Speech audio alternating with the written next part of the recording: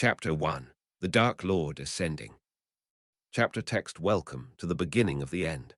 I've got to say, my dearly beloveds, even with my heart, mind, certainly a few souls, and basically life set on reaching this book and completing it, it's a pretty surreal moment to have finally come. Hey look, we actually aren't starting with James getting the Someone Dies chapter. Off to a great start. HP, HP, HP, HP, HP, HP, HP. I can handle it, Harry insisted. It's only one more year. Surely I can remember all that without doing anything to myself. Too risky, James said flatly. Not worth it, Lily agreed.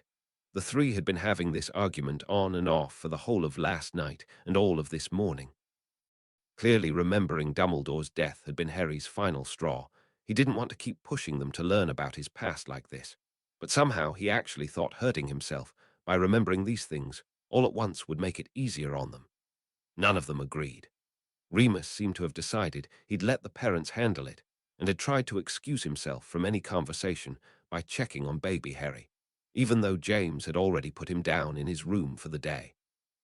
That had been 20 minutes ago, and they'd never be able to get Harry to agree to just start the next, and last, book until they got Moony down here, so Sirius took it upon himself to go fetch him already. He was where he'd said he'd be, looking sleepy as he rocked the infant in the chair, but at least content, rather than the distant friend he'd had for the majority of the last day. Do you think Quirrell was a Horcrux? Remus had to blink a few times to get his mind to focus on Sirius even being here, and then again upon such a random question.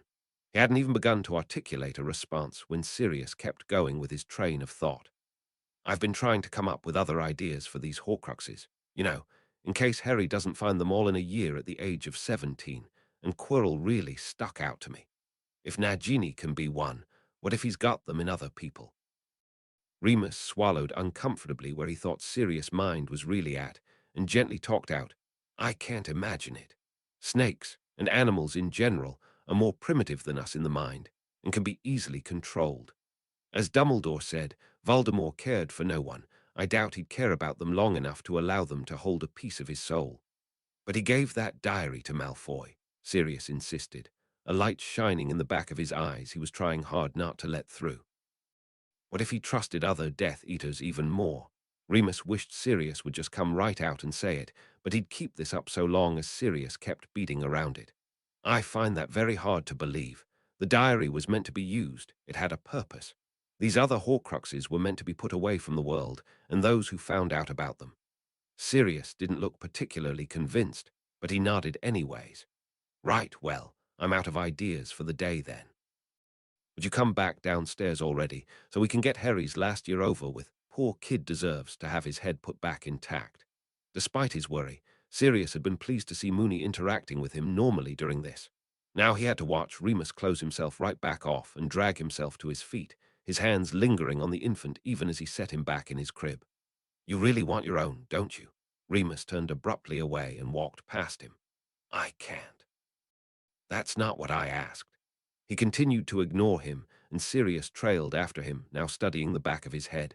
There were far too many things going through Remus' mind he wasn't talking about, and that was going to drive Sirius nuts sooner than the fate of others in Harry's time. They entered to find Harry getting quite as frustrated as his parents, holding the book hostage to his chest and eyeing the door with frustration. Isn't just about you lot anymore. Snape could go out and do that to Dumbledore any moment now. Merlin knows what my presence here is causing. Harry, you're panicking, Lily tried to insist. Whatever is going on out there can wait 2 more days, James said firmly. Come on, Harry, you've gotten this far. You've lasted 14 bloody days without killing yourself. I won't let you now with only 1 year left to remember. It won't take us that long for your memories to come back in a much safer, gradual way. Harry turned on the two entering, turned to Remus in support. You must see it's pointless to wait. I don't see being able to get out of here at the expense of your life as pointless, Remus sniffed. Harry groaned, but finally slammed down onto a seat in defeat, thrusting the book to his mother. Can't we at least hurry along with this then? Lily tisked and swatted him lightly as she took it. Excuse me if I'm still going to enjoy what I can hearing about your life. Harry gave her a look as if fearing for her health, only Sirius hearing his mutters about what there was to enjoy. He elbowed Harry hard in the side, the only gesture he needed to tell his godson to cool it as James took his other side. The book weighed like the solid gold color it was in Lily's hands, the scarlet red 7 on the spine unneeded. Lily cracked it open with one last careful look at her son before starting. Asked if there was news, and Severus Snape replied the best. Lily had to take a deep, very careful breath not to fly into a fury over her once best friend being the first presented name. The only thing restraining her was that Harry was not anywhere around this. These books had done this before. She could hardly bear to look at any of the others, knowing their venomous reactions would be no better than her own, let alone something to draw comfort from. This was going to be a long 2 days. Yaxley tried to suss out what this news could be, but Snape did not elaborate. Oh, good. Here I was worried he was going to brag about the next person he had in line to murder, Sirius said, with such a vicious growl in his voice, Harry had to double-check and make sure he hadn't changed into Padfoot. Raised their left arms in a kind of salute and passed straight through, as though the dark metal was smoke. Remus scowled in disgust, as they all again recognized some Death Eater-only entrance. It was quite the miracle they'd never come across such a thing in their own time. Voldemort must have invented it recently in Harry's. White peacock, strutting majestically along the top of the hedge. The white peacock is the Malfoy house crest, James told with a torn expression in place. Makes sense, all show and nothing else. He couldn't help but picture that 16-year-old lowering his wand away from Dumbledore and the man who was in Azkaban after nearly murdering Ginny. Narcissa floated somewhere between the two. The whole family needed to stay far away from his son. Instead, it seemed they were hosting some Death Eater soiree in celebration. Swung inward at their approach, though nobody had visibly opened it. Harry wasn't the only one who shivered in remembrance of the last time such a spell had been used, the night of Dumbledore's death. The others were at least grateful whatever this bout of magic was had never made an appearance in their time, yet. Snape turned the bronze handle. Lily had to take a long breath before she could keep going. It was different now, the idea of Snape being in the presence of Death Eaters on Dumbledore's orders, and now being there because he was a part of all this. An unconscious human figure hanging upside down over the table, revolving slowly as if suspended by an invisible rope. Sirius felt a scream building in the back of his throat, one of pure disgust and loathing for such an act. It was all too real in his mind's eye that could be a person, likely a muggle, or at least a muggle-born. What he wouldn't give to go storming into this place and cut down every one of these despicable excuses for people. A pale young man sitting almost directly below it. He seemed unable to prevent himself from glancing upward every minute or so. Malfoy. It came out more as a statement than a question, though James' tone pleaded with someone to tell him he was wrong. It was just all too easy to pity that child more than anything, even considering his role last year in nearly getting Ron and Katie Bell killed. It wasn't a situation he'd wish on anyone. Draco Malfoy, Harry agreed, twisting his hands in front of him. The name, as always, struck something deep inside Harry, which he was honestly still surprised for. He would have thought that the most significant part his school rival could play was in the downfall of his headmaster, but still, Harry felt Malfoy would be lingering in his memories yet returned for now. Red eyes whose pupils were vertical. He was so pale that he seemed to emit a pearly glow. As if we needed further description of him, Remus muttered, his lip curling up in pure disgust. Then Voldemort directed Severus to his right seat. Lily couldn't quite say that without spitting in disgust. Snape shared his information that the Order would be moving Potter Saturday next at nightfall. How would he know that? James demanded of nothing, fists tightening with the urge to shoot a spell and knock that greasy head clean off its shoulders. No way there's another traitor in the Order who would still tell him. Easy, Prongs, Sirius tried to soothe, laying a reassuring hand on his shoulder even as his attention stayed focused on Harry with worry, his face already screwed up tightly with pain. Can't be much of a secret. His birthday would be coming up again. It was all the reminder James needed. They all vividly recalled that more than the trace would vanish on this particular 17th year. After a moment or two, Voldemort's lipless mouth curved into something like a smile. As if I didn't have enough nightmares, Harry fidgeted in disgust. He didn't need Voldemort's grimaces passing for pleasure at the thought of his death. Snape said the source they'd previously discussed. Well, of course, be as vague as you bloody possibly can. Lily scowled under her breath, still on edge just like her husband. No matter how closely Harry would be watched by the opposition as well as those they would trust, it still wasn't sitting right with anyone. The Death Eaters were as well informed as ever. Aura Dawlish had let it be known the boy would not be moved until the 30th, the night before the boy's birthday. Remus licked his lips with nerves as he debated this for a few moments. The idea of leaving him where he was safe until the last possible moment just didn't hold, though, but to move him too early also had drawbacks. Either way, the feeling of already being torn up on the inside over Harry's safety had them all breathless without answers. Snape was smiling. "That is never going to mean anything good," Sirius muttered in disgust. The Order believed their infiltration in the Ministry and did not expect their help. "Considering that was all but confirmed back in your 4th year, I'm not surprised," Lily sighed, though it still rankled her deeply a place she trusted and longed to work for in all the right ways could still be so corrupted by a few coins or spells. Caro gave a wheezy giggle that was echoed here and there along the table as he said the Order got something right. "Ah," James grumbled in disgust, at some rate willing to give up his wand if he could just punch someone in the face in retribution for laughing about such a thing. Voldemort held up a large white hand, and Yaxley subsided at once, watching resentfully as Voldemort turned back to Snape. "Try rolling on your belly and wagging your tail. That usually gets a better reaction than begging," Sirius sniffed. Yaxley squared his shoulders with pride as he emphasized with difficulty and great effort, and more posturing than even I know what to do with, Sirius none so quietly marked, that he had succeeded in placing an imperious curse upon Pew's thickness. "Do we know that name?" Lily asked in concern. I think Scrimgeour mentioned someone called Thickness," Harry offered with an uneasy frown, casting his mind back to when that could have happened. "Either way, it can't mean anything good," Remus groaned. Yaxley reminded that as the head of the Department of Magical Law Enforcement. "Ah," they muttered with now aware concern. Yes, it was indeed a sad day in this world. Such a man could be under the influence of Voldemort. Truly no one was safe. Yaxley, who seemed determined to receive some portion of approval, James mimed retching in disgust, while Sirius' features were so twisted he looked more likely to actually vomit. That the boy lived was due to his errors more than the boy's triumphs. Harry watched everyone around him open their mouths in protest, but he quickly shook his head and flattened his hair with nerves.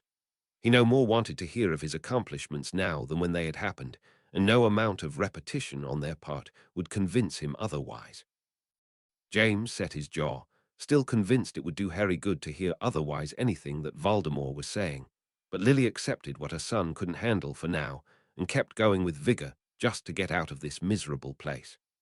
Addressing the unconscious body above him, as he shared he was better informed now, he had to be the one to kill Harry Potter. Sirius scoffed and placed a careless elbow on Harry's shoulder. Harry couldn't help the slight smile at him, at all of their confidence at such a statement never coming to pass, even as his hand brushed over his heart and his eyes tried to swim out of focus in the pain of a memory. The sound had seemed to issue from below their feet. Lily's mouth went dry. She couldn't swallow for a moment in shocked disgust of just what went on at this place. She'd certainly never wanted details. Voldemort called for Wormtail. Just the attempt of getting the name of someone who had once been so close to all of them out had Lily tensing for a fight, every response in her, and the urge to defend the boys around her from this foul name nearly had her skipping over that vile memory of a person on principle. She wouldn't. They had to find some way to reconcile what he'd done, and ignoring it would not help anyone. That didn't mean she could bring herself to look beyond the print to the faces around her as she tried to hurry on. Voldemort continued, as if there had been no interruption, that he needed to borrow a wand. James was grinding his teeth together so hard he'd later be surprised none came loose. There could be a few explanations for how Voldemort was aware of this, but all of them meant one thing: his son was in danger. He might have announced that he wanted to borrow one of their arms. "Wouldn't be the first time," Remus spat, in so low a voice it was hardly human. Voldemort seemed unsurprised there were no volunteers, so elected Lucius, as he had no need of one.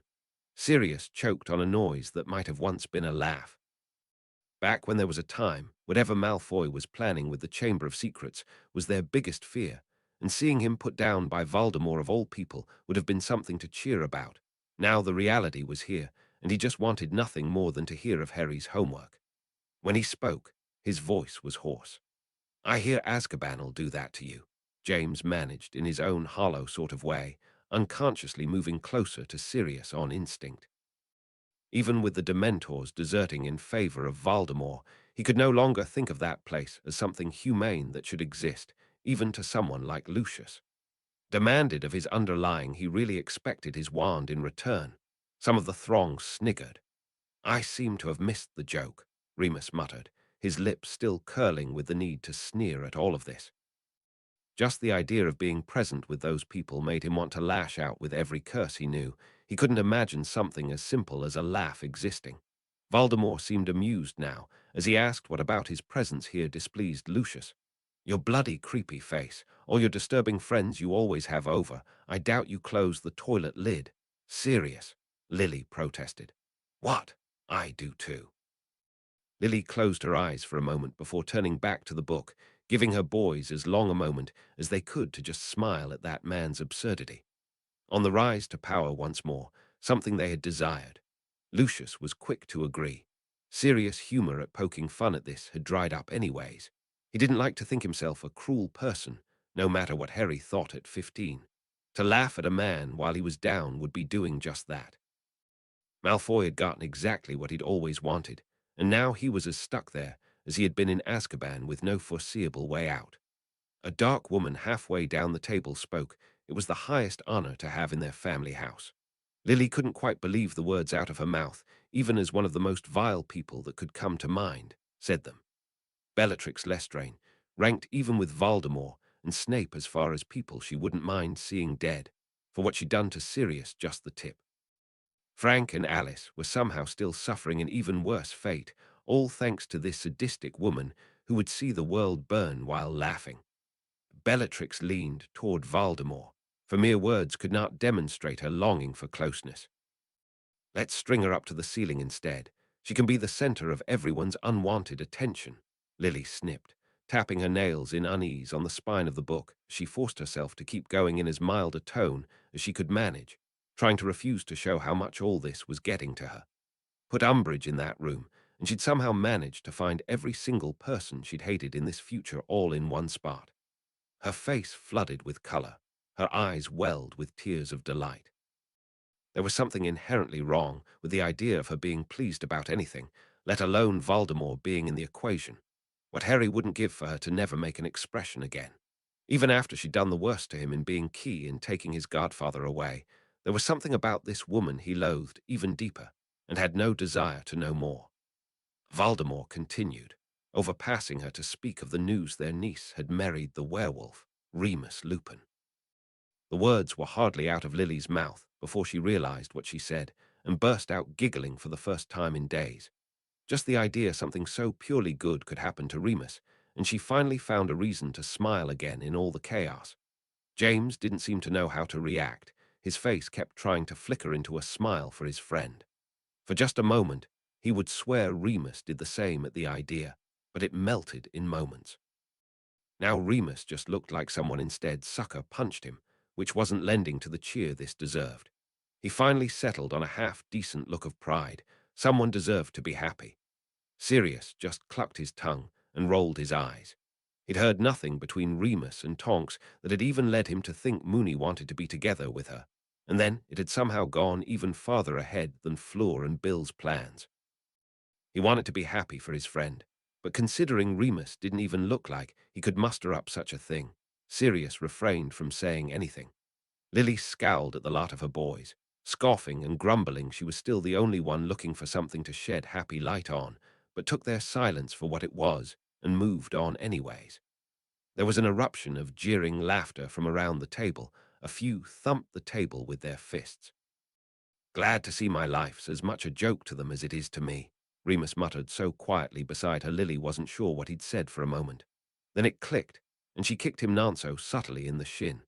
He hardly flinched, gaze still unfocused, and ignoring the protests that Sirius was the only one allowed to whack his friends and James' questioning and suspicious looks, she kept going without prompting this time.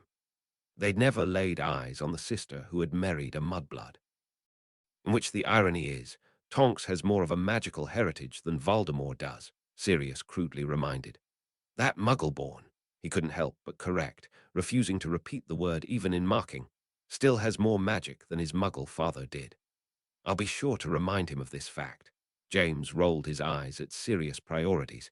He was still smirking triumphantly at Remus, who still hadn't allowed any real reaction to this news to cross his face. That brat had nothing to do with them, nor any beast she married. Lily jerked, temper automatically rising and wanting to curse anyone who dared refer to Remus like that. What she wouldn't give to make it so no one could ever say such a horrendous thing again. Voldemort turned to Draco and asked of him if he'd be babysitting the cubs.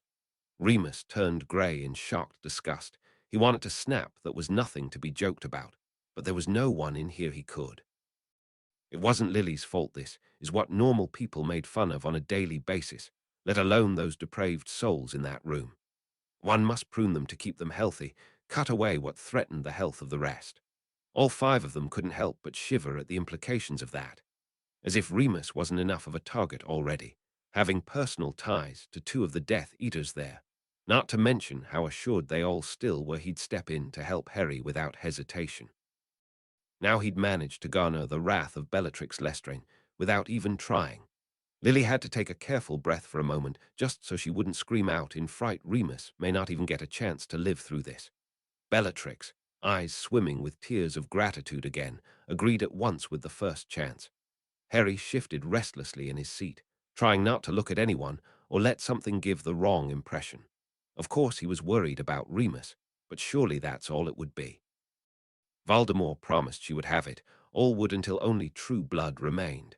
Unlike himself, Sirius breathlessly repeated, the bite of his words no longer present. He was well aware how good Bellatrix was at pruning her family tree. She revolved to face the firelight. The woman pleaded with Severus to help her. Lily hated how the plea ripped from her, like the teenager inside was still pleading her friend be in there and save this woman. It wasn't going to happen.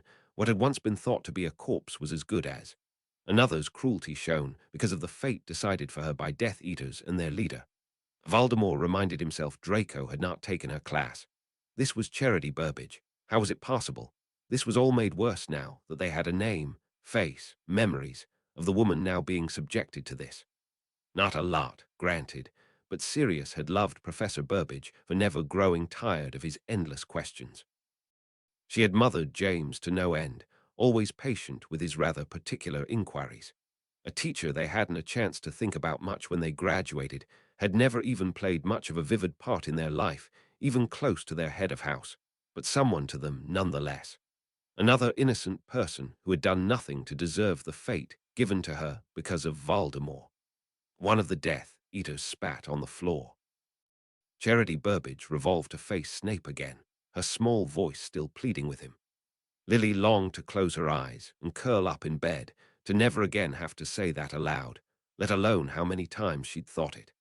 How many times had she begged him to turn away from those vile friends who had turned him into what he was? It didn't matter anymore. She'd just have to keep repeating to herself what he was now until it outweighed the pleas. She would have them all mate with muggles even, or no doubt werewolves.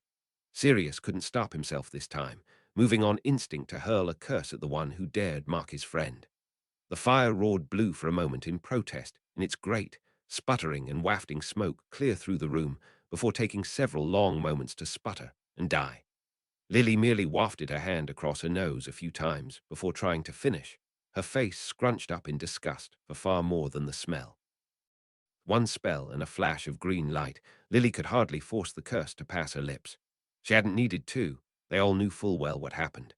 Voldemort softly called for Nagini. Her dinner was served, and the great snake swayed and slithered from his shoulders onto the polished wood.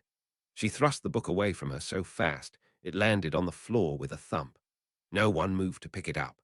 Only one moment into this glimpse of a future life, and already things felt as hopeless as could be. HPHPHPHPHPHPHP asterisk, in which I once saw an insane fan theory about Draco being a werewolf, because of this line coupled with some things from the last book.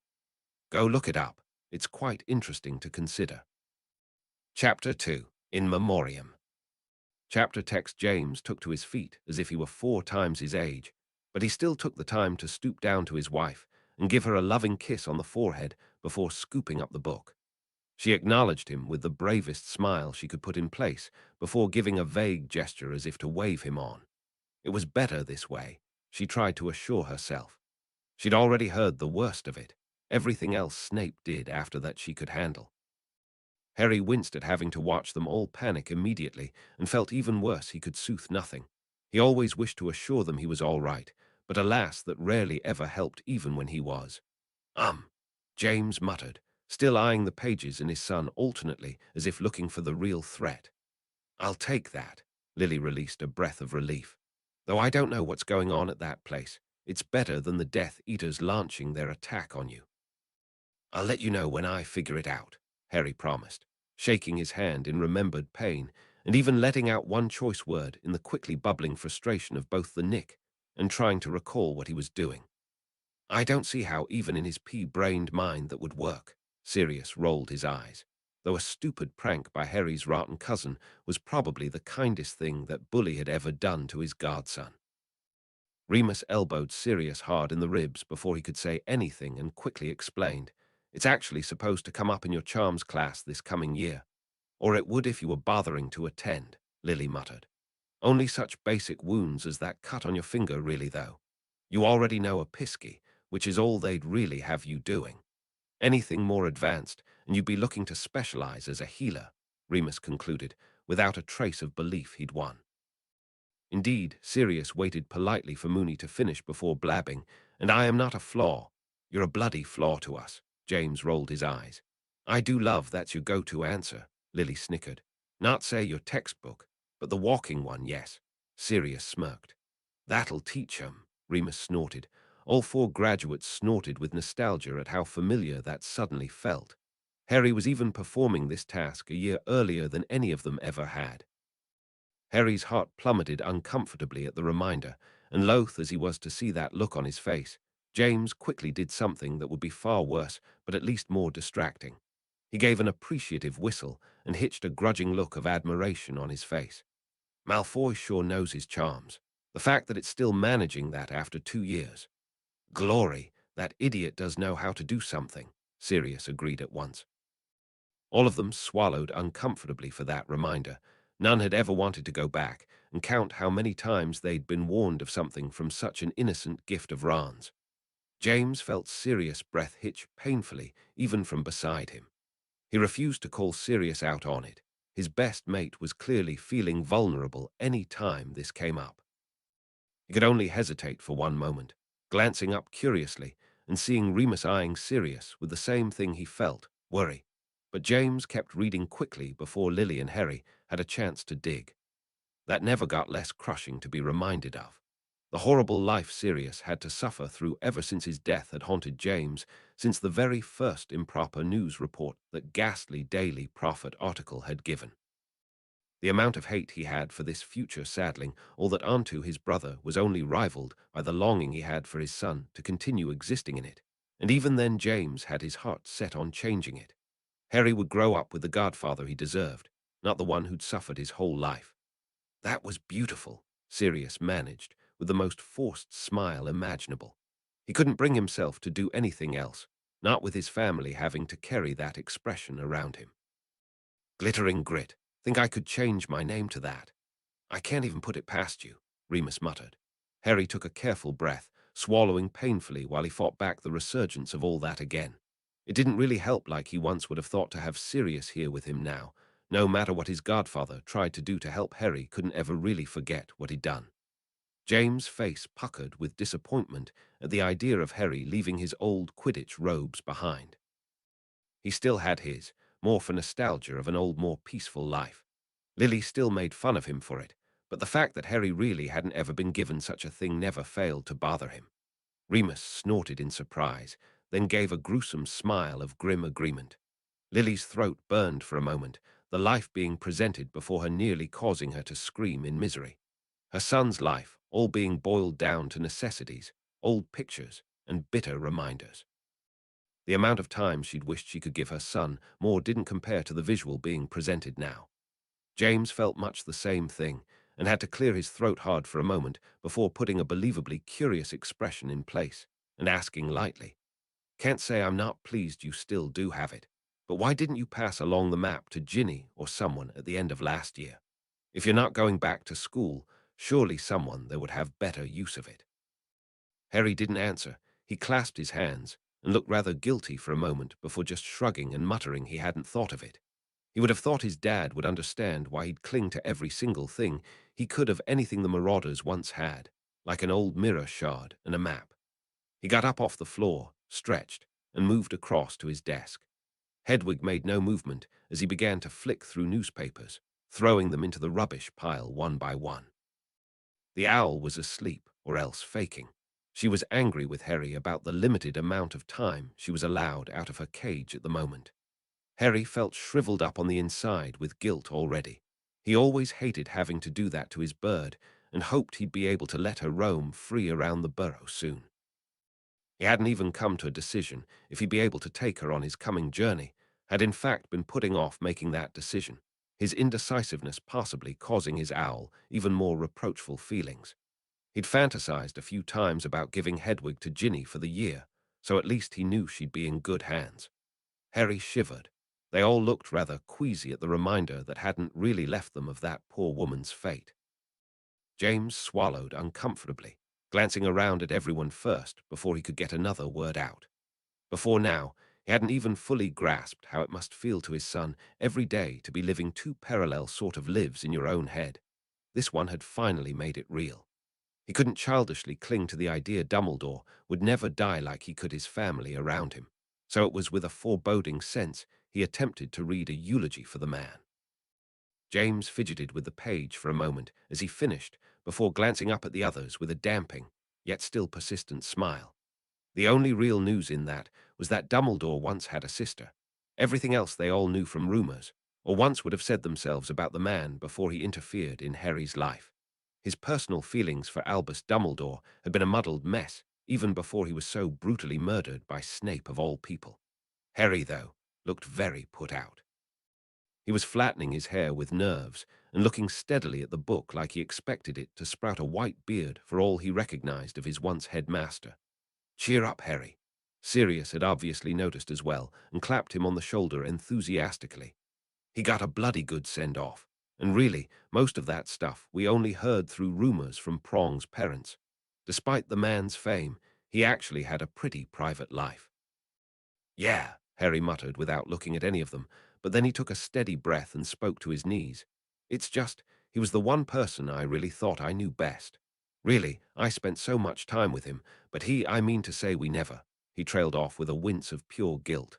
None of them needed to ask why. James sighed in defeat before he kept going.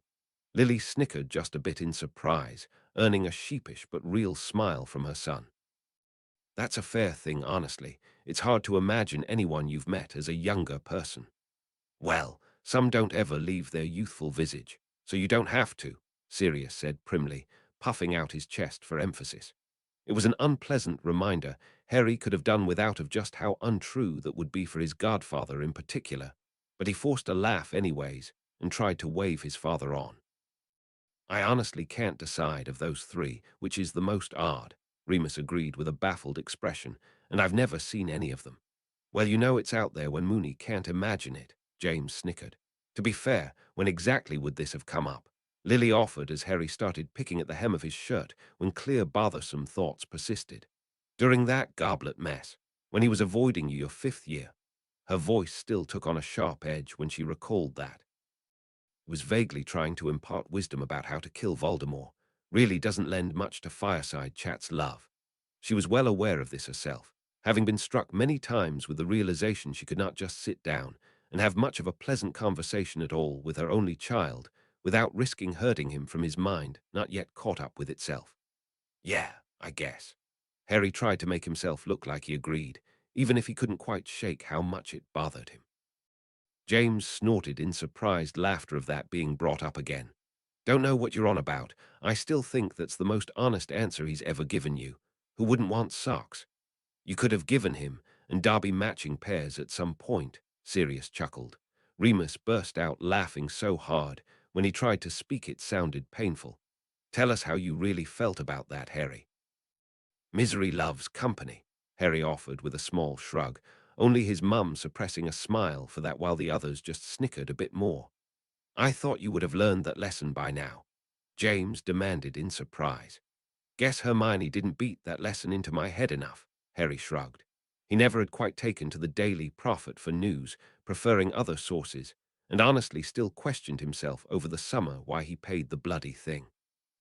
Oh no, Lily muttered, eyes going wide in surprised shock and disgust. Stop, please stop now, Sirius groaned in disgust. I've heard enough out of her for one lifetime about Harry. Harry spluttered in outrage. Hermione couldn't keep her under thumb forever, Remus sighed, pinching his nose all ready to suppress anger at whatever bull this was going to contain. I disagree, James seethed. Could have shoved her right back into a glass jar and be done with her for life. The irony is, I'm sitting here picturing Dumbledore just laughing at anyone actually asking him those questions, Sirius sighed. He wouldn't care a lick. I do, Harry spat. That cockroach has no right. As you well know, Harry, that's yet stopped her, Remus sighed, face already pale in disgust for what was going to come of this. As if he needed any more of his childhood tarnished by the lies interspersed with Skeeter's outlook on who had once been his hero. He was more torn than even Harry on how to feel about the man he'd once had such faith in. I'd have shoved that into the Slinkard book as well, Lily sniffed in disgust. What good's ever come of reading her rubbish? Know thy enemy, Harry tried, but even he couldn't explain to himself that sudden need to know anything more about a man he'd once considered so essential to his life. Wherever those answers came from, Lily made a noise of frustration already. Certainly low on her priority list, but present nonetheless was to outlaw those bloody quick quotes Quill, personally burn the lot if she could help it. Gossip, Sirius happily repeated as if speaking of toe fungus. I do so love that's the first real bloody thing that's been spoken of. Only thing she's ever been worth, James agreed. Well, of course, Dumbledore is a biographer's dream, says Skeeter. Such a long, full life. I'm sure my book will be the first of very, very many. Anything can be done that fast when you use scat, Remus grumbled. No matter what I had to make up along the way, Sirius put in with a bright, false, cheerful voice. That's putting it mildly, James sniffed. Lily ground her teeth in frustration, but a bit of pity as well as the boys around her only looked scandalized. They knew as well as she did Skeeter's stories started with some truth, and then the woman expanded upon that to high heaven. What then would be the truths, tiny as grains of sand though they would be, embedded in this abomination of a biography? Sadly, with Skeeter's reputation likely having no stain from her stint out because of Hermione, every word was as likely to be believed instead of taking it with the healthy dose of smoke it was deserved. What she really worried about was the boys around her, especially Harry and Remus, and how personally they would take whatever was said, no matter the validity. Bet it left a bruise, Sirius muttered. All of them frowned to each other in confusion, the only idea of such a person being this mysterious Aberforth brother. He certainly wasn't a public figure, many like themselves, not even entirely sure he existed before it was confirmed. It didn't seem likely, though, he'd wait until Albus' death to start dishing dirt. But what did they know really of that relationship? Ha! Remus burst in surprised disbelief before he could cover it up. That does sound as likely as McGonagall, Sirius agreed, but there was an uneasy frown on his face. They were after all sitting here with the realization they had no true idea about Dumbledore in his youth, but already Sirius was brushing it off for what it was, a young life spent out. Sirius, too, had once dabbled in dark arts considering his upbringing, and he'd quickly rose past it to see better. If Dumbledore's mysterious and violent father had once played such a part in something similar, well, Sirius already knew he wouldn't judge. Of course, she'd go after the ones who Dumbledore would have been particularly put off by. He was how young when their deaths occurred. James said bitterly. About his own age, if he'd read right, and he certainly had no want to talk about his parents any time soon. Skeeter's revolting ways of turning anything on its head to gossip never did fail to disgust him. claims he had already discovered 8 uses of dragon's blood when Dumbledore borrowed his papers. Don't you just love this is all coming up now, when the man's no longer around to defend himself? Sirius Mark applauded the masses. What's next? Oh, he didn't really defeat Grindelwald. It was all a cover-up of aliens. I was kidding, Sirius protested. Sadly, I'm not, James sighed as he kept forcing out this mess. Aha, yes, every bloody account in history just got all those details wrong until now, of course, Remus groused. Lily pursed her lips and shook her head rather than putting in. It was well known the victors write history, but surely even Skeeter couldn't skew such a well-known event. James felt his stomach flip and twist uneasily as their own doubts about Dumbledore's input into Harry's life was laid out like that, but he couldn't bring himself to stop in surprise over just that. Skeeter was just shooting off again, like always. He couldn't stop the flinch there, though. It was all too much. They were well aware by now of how Harry's life had gone without them, and for it to just be so brazenly put by someone they so loathed. Snape himself couldn't have put that in a harsher light for him to read. Harry shifted uncomfortably beside him, which was all the reminder James needed to keep going. He had his boy here now. He'd find a way to make that and everything right. Don't you just love they keep bringing that up to hurt themselves? It's the highlight of my day, really, Sirius muttered. Harry actually did let his mouth flop open in shock. There, Harry. James sympathetically patted his shoulder. I'm sure Ron and Hermione will forgive you someday. Of all the lies she's told, that one's got to rank right up there, only just being beaten out by calling Mrs. Weasley Porky, Harry huffed. No, Sirius disagreed with such a tone it was sure to hurt himself. That one wins. Harry couldn't even argue the point. Remus groaned as he rubbed at his forehead in disgust and misery, who knew he'd long for the days of Lockhart over this trash. You've far more restraint than I underage or no. I'd have likely set it on fire, Sirius sniffed. There's a muggle tool for that. You wouldn't even need your wand, Lily offered. Harry sighed and fought back his twitching limbs, the urge to pace in frustration now just as high, only being reined in by the concerned eyes of his parents. He knew he was letting this get to him again, but he'd really no way to control it other than concentrating on them. He didn't have that at the time. James couldn't help but finish as melancholy as if he'd read Dumbledore's eulogy. This was not at all a good start for Harry's journey to come. Chapter 3. The Dursleys Departing. Chapter text Sirius was already extremely reluctant to take the book from James. He didn't feel there was much to look forward to, considering his godson had no intentions of returning to Hogwarts, where really all of the good times in his life had taken place outside the burrow. What was ahead for him, except more danger and misery, that was just highlighted while talking about all they didn't know about Dumbledore? Still, he accepted the book from Prongs without argument, and has always tried to start as cheerfully as he was capable of, which lasted a sentence.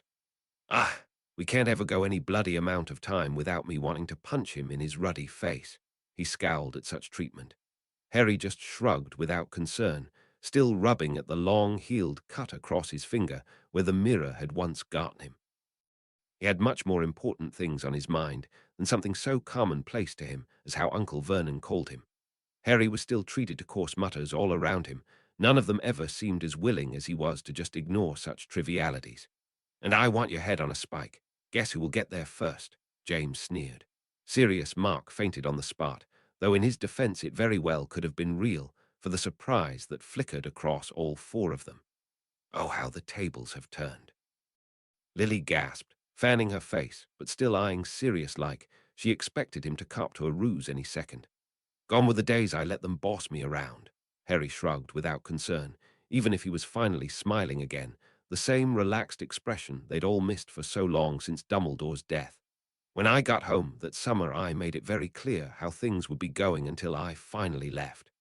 The for good hung in the air in front of them all, as bitter-sweet as any taste could be. It took a few minutes to rouse Sirius, who only kept going after Harry poked him in the throat. I actually think that's the most pleasant thing he said to you, ever, Remus muttered. Almost makes up for trying to strangle him, James got out through gritted teeth. Care to share? Lily sighed, knowing she didn't really want the answer. Would it really help? Harry asked, and when no one answered, Sirius just kept going for this new load of tripe. Sirius fell off his seat this time. I don't think he was even faking that one, James told conversationally, as his mate just lay on the floor for a moment gazing at the book in his hands. Are we sure someone isn't doing a poor impression of this muggle? Remus asked with some genuine concern. Most studies prove it wouldn't work, but either way, still no remorse in killing him, Lily huffed. Sirius didn't even bother to get back in his seat yet, not until things made sense again. If he spent the rest of his time here on the carpet and Vernon could actually continue to be nice to Harry, he'd live down here. Why were they leaving? And who do I have to kill to keep this going? James huffed. Harry considered for a moment before explaining what the book hadn't gotten to yet. He watched with honest amusement at the range of emotions it caused, before settling back into his own troubled thoughts revolving around his only blood family. He didn't want to linger on this now, so waved Sirius on to get to the point. The most exercise that tub of lards ever had in his life. Remus rolled his eyes. A memory I shall now treasure forever. Sirius barked in surprised laughter. First thing Dudley's ever done that hasn't made me want to punch him in the face, James agreed. Despite Harry's words of explanation, with the Order getting involved in protection, it still wasn't lining up in her mind right. While it was true they were far more of a target now than just being Lily's sister, it still seemed far outside the reach of her understanding it would come to something as protecting them, after all they'd done to her son. Could she really say anything, though, would she? If circumstances happened again and they fell under threat. What house? Sirius blinked in confusion. House of Parliament. Remus offered snidely. There really wasn't a lot of explanation this man's pea-brain could come up with. Harry's mouth fell open in surprise, just like everyone else's, but he came over it the fastest and shook his head in disbelief for his uncle's newest line of thinking. It took Sirius an extra moment to find his tongue, and he read the following rant like one would repeating a temper tantrum child. That is the kindest thing I could have said to such malarkey, James agreed. How is it possible he's gotten stupider?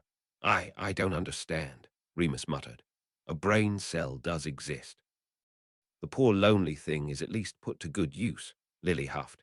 Sirius' face twitched in discomfort for the reminder, as miserable a comparison as Privet Drive. It was an honest toss, which was worse, and the bitter reminder that neither could hold a single connection to those Harry should really have in his life. I'd rather impress him with my foot up his arse, James muttered. I cannot for the life of me imagine why, Sirius smirked with remembered pleasure for that. You're lucky I still let you in this house, as often as you try to tear it apart, Lily snipped. The marauders scoffed at such an idea, but Lily and Harry exchanged an unspoken look. They loathed this relation Harry was forced upon, but neither could honestly say in this moment, or any until it came, what they would do if such a thing occurred. I would never offer them such a thing, Sirius scowled at the print. Sure you would, Padfoot, Remus rolled his eyes. Protection right into the giant squid's arms. Ah yes, the best kind there is, James snickered. Lily opened, then closed her mouth with an actual curious expression in place. This wasn't a particularly unique situation. Muggle-born's parents were indeed under threat now, and the Ministry did try when they could to offer whatever protection was peaceable with the family. But this was Harry Potter. Under other circumstances, when the Ministry could be trusted, Vernon wasn't wrong. It really is a fair question, Lily muttered, the most peaceful thing she'd ever said about that man. He said, what now? James craned his neck around to see what babbling curse Sirius had used on himself now.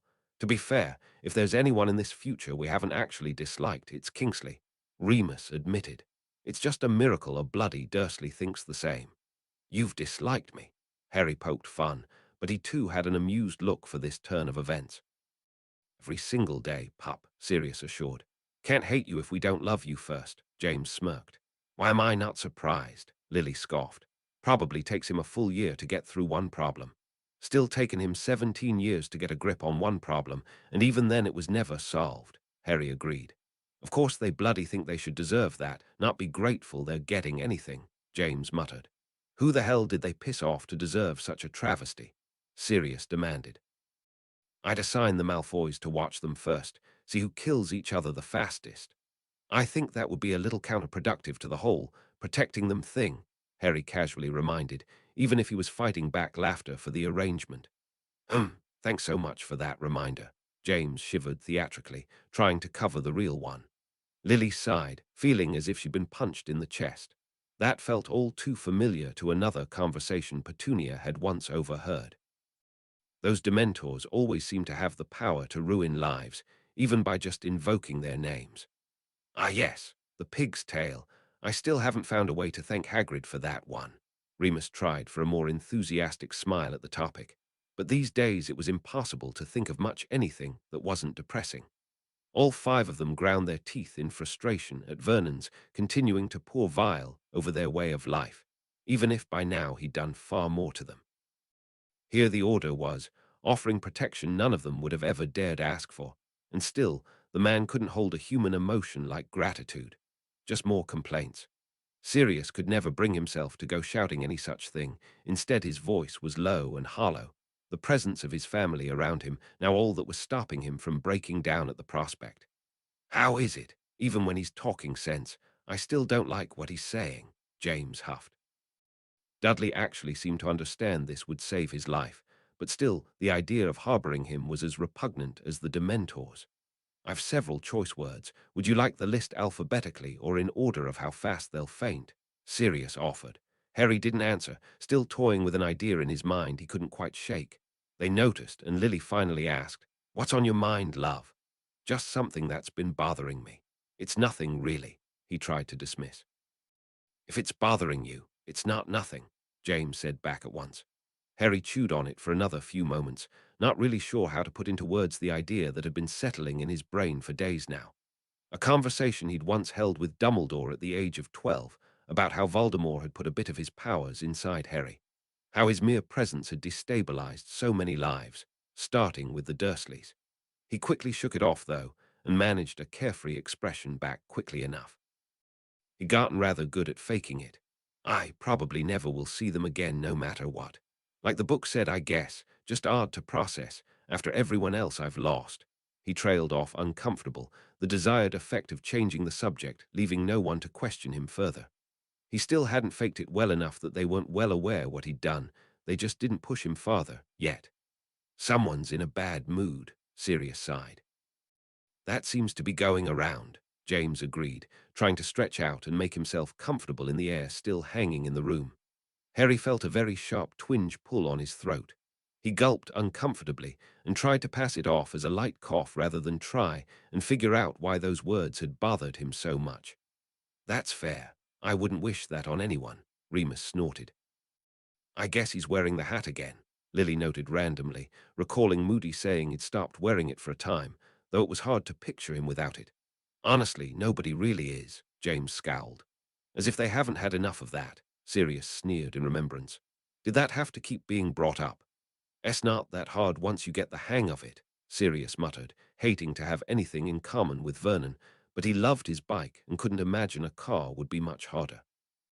Lily knew exactly what Sirius was thinking and tried very hard to suppress a smile, now concocting her own idea to see how Sirius would handle a wheel rather than handlebars. Sirius shifted uncomfortably, and they all felt a heavy weight come right back to the foreground with worry that had never really left. That ambush implied in the first chapter became more real by the second. "Jealous," Remus muttered under his breath.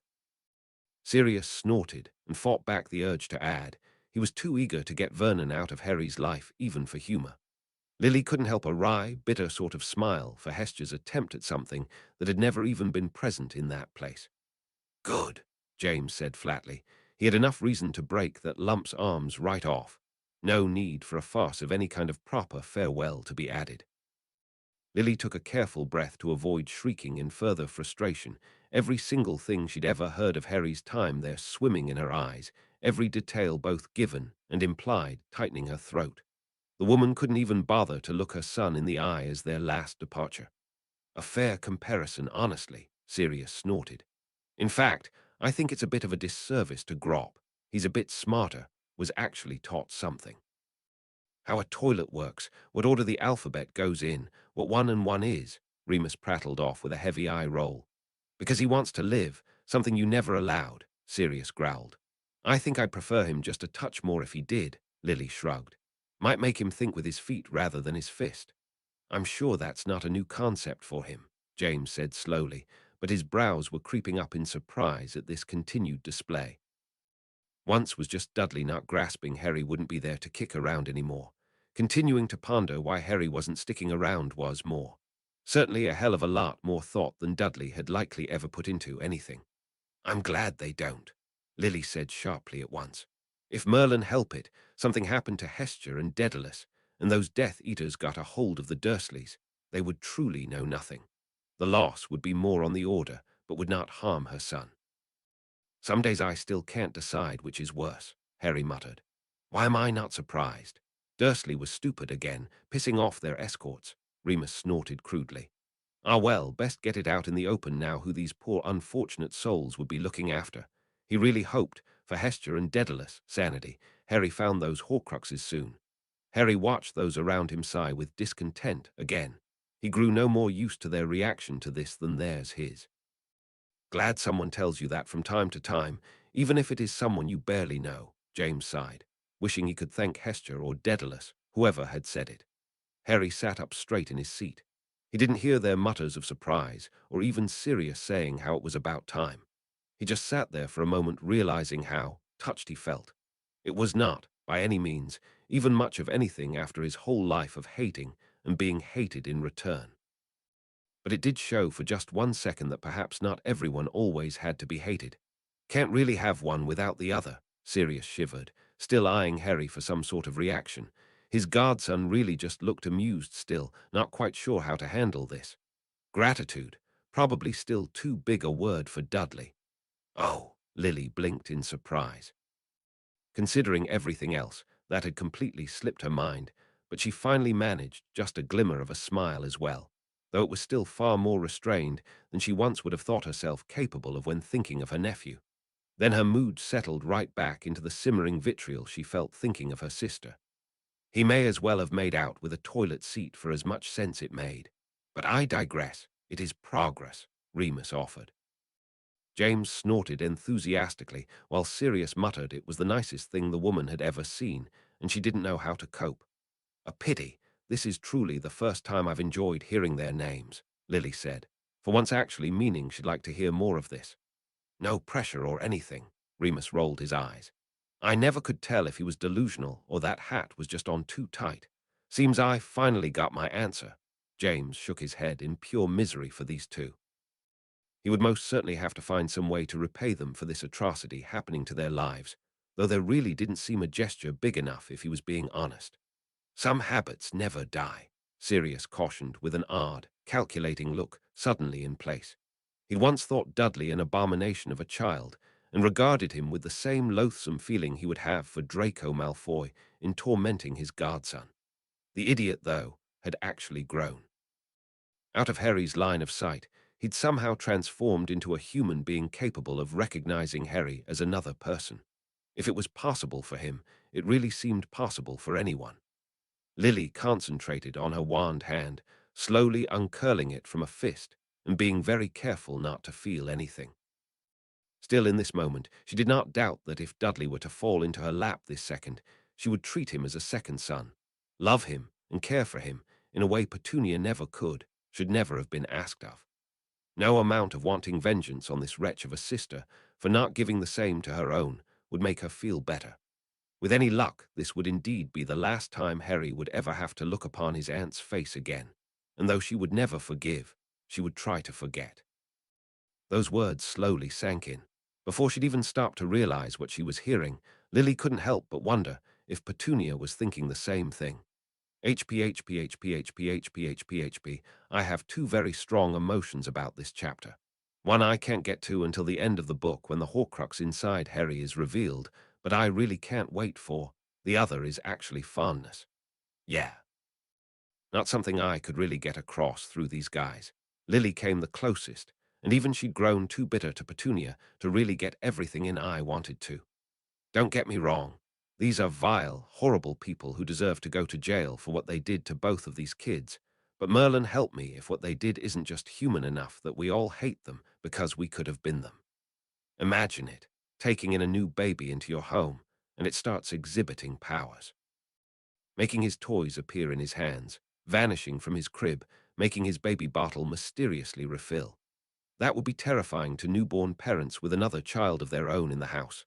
Now, Petunia knew what was going on, so her response was despicable for caging away poor Harry and what they nearly could have done to him. But imagine it from Vernon's perspective. Harry's lucky he didn't get shipped off to a science lab or a madhouse. Just, yeah.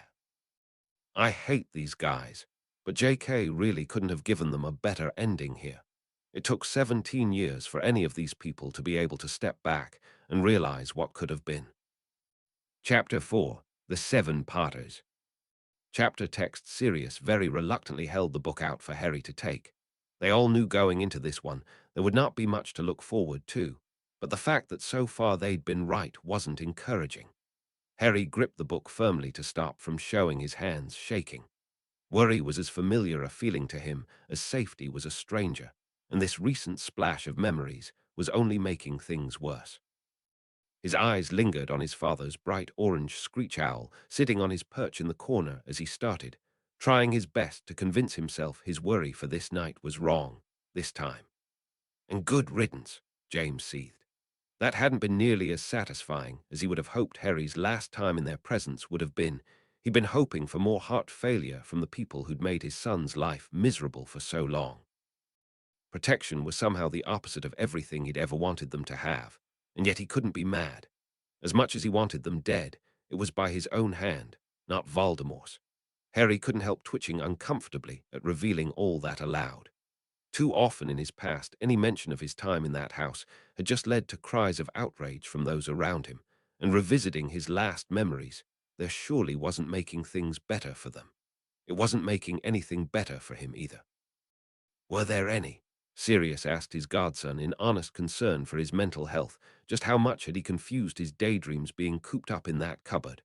One or two, Harry grudgingly said with a hint of a smile as he more accurately replied by reading.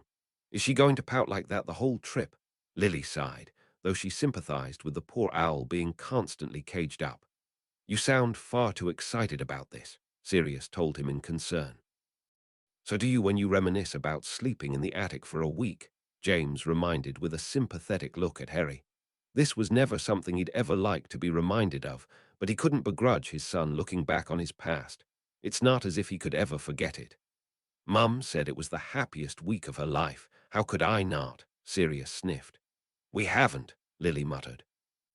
The fact that those were really his happiest memories to look back on in a place like that made all of them feel as if their hearts were being pulled out of their chest as slowly and painfully as possible. All of them had at least some happy memories in their old house. Even Sirius could dredge up one or two involving Regulus. Harry fought back the chagrin of still having the impulse to say those words with the memory of that pain spiking again. James had to blink the surprise away for a moment before he smirked. Dreams do come true. I do so wish he brought this along to that hut on the rock, but this is even better somehow, Sirius agreed with a bittersweet smile. Harry twitched uneasily. He could practically feel every muscle in his skin quivering with the unknown ready to crash down on him. He hoped it was merely the shock in hearing of this new plan, and not something far worse, like the execution going terribly wrong. So, you two really didn't work out, Lily muttered mostly for herself. Voldemort had some sort of knowledge on the two getting married, but that seemed to have been wrong and merely a dig into the Order's affairs. Surely if Remus had fallen in love with Tonks, Harry would have noted he'd be looking at least a little better as a newlywed. I can't decide what my favorite description was. James was snickering enthusiastically. It wasn't hard to imagine he was hearing of them all for the first time, considering he'd never met more than half of them, and those were the highlighted features Harry offered. I can. Sirius was laughing even harder, just as fond of the last memory Harry had with Mundungus and it being shared. Noah, Lily giggled. Well, we certainly don't disagree, James smiled with pride. James and Lily exchanged a very perplexed look, but neither were having any luck putting this together. If Remus had married someone, he would have done it with the love this deserved. Why then was he described as being worse off than they remembered? That is usually what that means, Sirius agreed, arching his brow and waiting for Moony to have some kind of reaction in here. They'd heard this news through Death Eaters of all things already, but hearing it from the couple themselves should have been more. Remus' face was still closed off, looking at no one and determined to not give any kind of emotion. Sirius fought past the terrible stinging trying to smother the life out of him, informing his mind he'd missed such a moment in Mooney's life. And instead turning to Harry with a smile, his godson had long since realized he was going to enjoy. He would not let this moment pass. Anyone yet told you my best man's speech at Prongs's wedding? Really, you're bringing this up now, being told I got married? Remus demanded. How do you manage to make everything about you? Sirius, of course, ignored him, and without further ado launched off. Dearly beloved, family and friends, it behooves me to deliver this speech to the two of the purest hearts I know. Two individuals so fond of each other that it completely bucks the notion of superficial love. Though they will surely go through many trails and tribulations in the years ahead, many high and low points, stagnant periods, when their love seems fallow, I know, as someone who knows them best, that they will not allow themselves to fall into a rut. When it's all over, and people are sitting around telling tales of these two, they'll be telling each other the purest love story anyone has ever heard. The whole time Lily was biting her lip to stop herself giggling, and James was pinching the bridge of his nose to stop his overflowing laughter at the memory. Harry had watched the whole thing with an easy smile, well remembering the picture of Sirius laughing during the photo he had of his parents' wedding. If this had just happened, he could imagine it all. Then he turned to Remus and frowned slightly. He'd never asked, but surely he'd been there. The difference between the two events was a sight to behold, as even now the man was refusing any hint that he was entertaining such an idea could come into his life. It truly should be comforting that they are aware of this, James managed with some forced semblance of a good mood again, flashing his best friend a smile to remind him that was still possible. Yes, I suppose I'll take that blessing, Lily agreed, trying to convince herself to relax just for one moment more. Every plan had its setbacks, but everything would still come out on top. I wasn't saying I didn't know about it, Harry huffed in frustration. I was still trying to ask him what this had to do with the crowd of people. Moody's always been big on making sure everyone had all information available, James shrugged. Ah, ye of little faith, Sirius smirked at Harry. He didn't even have to have proof the Order already had an alternate plan in place to know there was one. Wise of you, Remus nodded along. You've seen what happens firsthand when you don't let him say his piece. Technically, it was the impostor Moody who'd shared more wisdom with Harry, but he didn't argue the point. And that is, James asked in surprise. Won't it be rather obvious when all of us cart off to whichever house it really is? Harry answered, just as surprised his dad hadn't cottoned on already. James just scoffed, and Harry realized his dad had not only realized it, but also the answer. They're going to split up into pairs, obviously. Why do you think so many people showed up? Half as many did just to take me to Grimmauld Place, Harry countered. Yes, but that place was actually meant as a secret, Lily tacked in, rather than watching her boys wince in pain for the memory of that place. Moody just said they weren't very subtle, in fact were well aware they were being watched setting this up. So they have no choice but to use some sort of diversionary tactic, like decoys. Harry felt an uneasy, tingling sensation creeping up him. He didn't at all like the idea of this, and honestly hoped his parents were wrong on this count. Forgot, Sirius repeated with a scoff of disbelief. He knew full well Moody had done this on purpose to try and see how well Harry was paying attention. 7 Potters. James had a look of great intrigue on his face, almost dreamlike. Lily popped him lightly on the head and muttered about her husband's fantasy of having a house full of kids. Can't say you don't catch on quick, Sirius said with chipper. That stuff has ruined far too many lives as is. I don't particularly approve of more being put into play, James muttered, thinking Moody himself was something to be in the presence of Polyjuice again. I'm curious whose idea this was. Lily smiled lightly for the indignant look on her son's face, quickly growing to outrage the more he realized how horrible this could potentially be. I certainly couldn't have come up with something like this, and then actually think he'd go through with it. Already starting with the I told you so's from aha. James rolled his eyes. Get used to them, or savor them while they last, Lily chuckled. Ah, how I miss Ron. Remus couldn't help but smile with sad agreement. A true horror I can't imagine someone having to live with, Sirius nodded sagely for a moment before spotting James and calling out in fright, Oh no, it's already happened. Shove it, you, James grumbled, no mark in his shoving. Or fingernails, Lily helpfully reminded. Toenails is less preferable. James made an exaggerated face. Spit might even work, Remus agreed with Chipper. You lot are far too okay with this, Harry snapped. We know everything works out fine. Might as well enjoy the show, Sirius said passively, but Harry didn't buy it for a moment. No matter the assurance they had in the Order's capability, none of them were naive enough to believe this was going to go off without a hitch, even if they didn't have the warning from that first chapter Voldemort knew of these plans. Remus' life had already been threatened in a none-so-subtle way in relation to Tonks, and Harry was constantly at risk. Not to mention, if anyone, even one single person in that party got so much as a scratch, all four of them were aware who Harry would blame himself. They could do absolutely nothing about it. So they kept their smiles firmly in place and kept badgering him to do the same. It was all they could do. I never would have thought the twins such fools to underestimate my pup, Sirius chuckled. Agreed, they've even on his home turf, James still said, with a crinkled nose of disgust for having to say such a thing, but it was true. Harry sardonically told them how amusing they weren't. Lily bristled even at the non-threatening threat, and Remus' look of amusement only made it more irritating. I do wonder what this force he's talking about would be. He couldn't seem to stop himself. Have Hagrid pin him down? Did anyone bring rope to tie him up and haul him along with this plan? I wouldn't put it past Harry to grab his firebolt, set Hedwig free as a diversion, and fly off into the night to deal with this on his own all before Hagrid could say he'd never, so don't tempt him. James chuckled. Oh, that choice of words. Sirius burst out in surprised laughter. I never thought there could be a way to make me laugh about those awful Horcruxes, and yet here it is, Lily agreed with a very forced, unimpressed look. I get the feeling you've experienced that look a lot, especially around Hermione, James snickered. Ooh, well, that's certainly a distinct one. Lily's eyes brightened with interest at knowing such a fact about her child. Harry looked genuinely surprised for a moment before just seeming bemused. He supposed gold was one of his favorite colors for quite some time. He certainly had several good associations with that color and scarlet. He doubted the potion cared about such a thing, but it was funny to note. Well, just spill that secret to everyone. Sirius burst out laughing. I really hope at least one person in there has no idea what they're talking about, Remus agreed, snickering.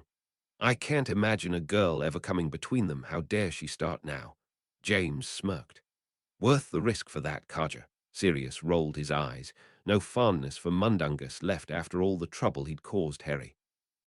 Remus watched as suddenly everyone around him tried their hardest not to look at him, as if fearing even catching his eye would seal his fate. He snorted and tried to relax himself farther back in his seat, with a look speaking volumes of what he thought of their superstitions right now. Quite a thing to see in person, Lily agreed, as always enjoying her son's vivid descriptions, especially odd in this instance, as she'd only met one of the six.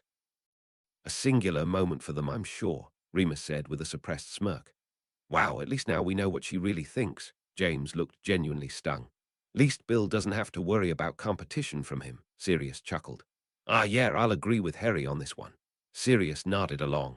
I was still having trouble getting past Darby in football shorts, but this finally trumps it. That's fair, James chuckled as he ruffled up his hair, then turned to Lily. I still want to try this.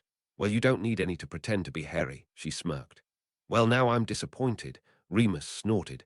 Did she think he wore those glasses for fun? Lily muttered.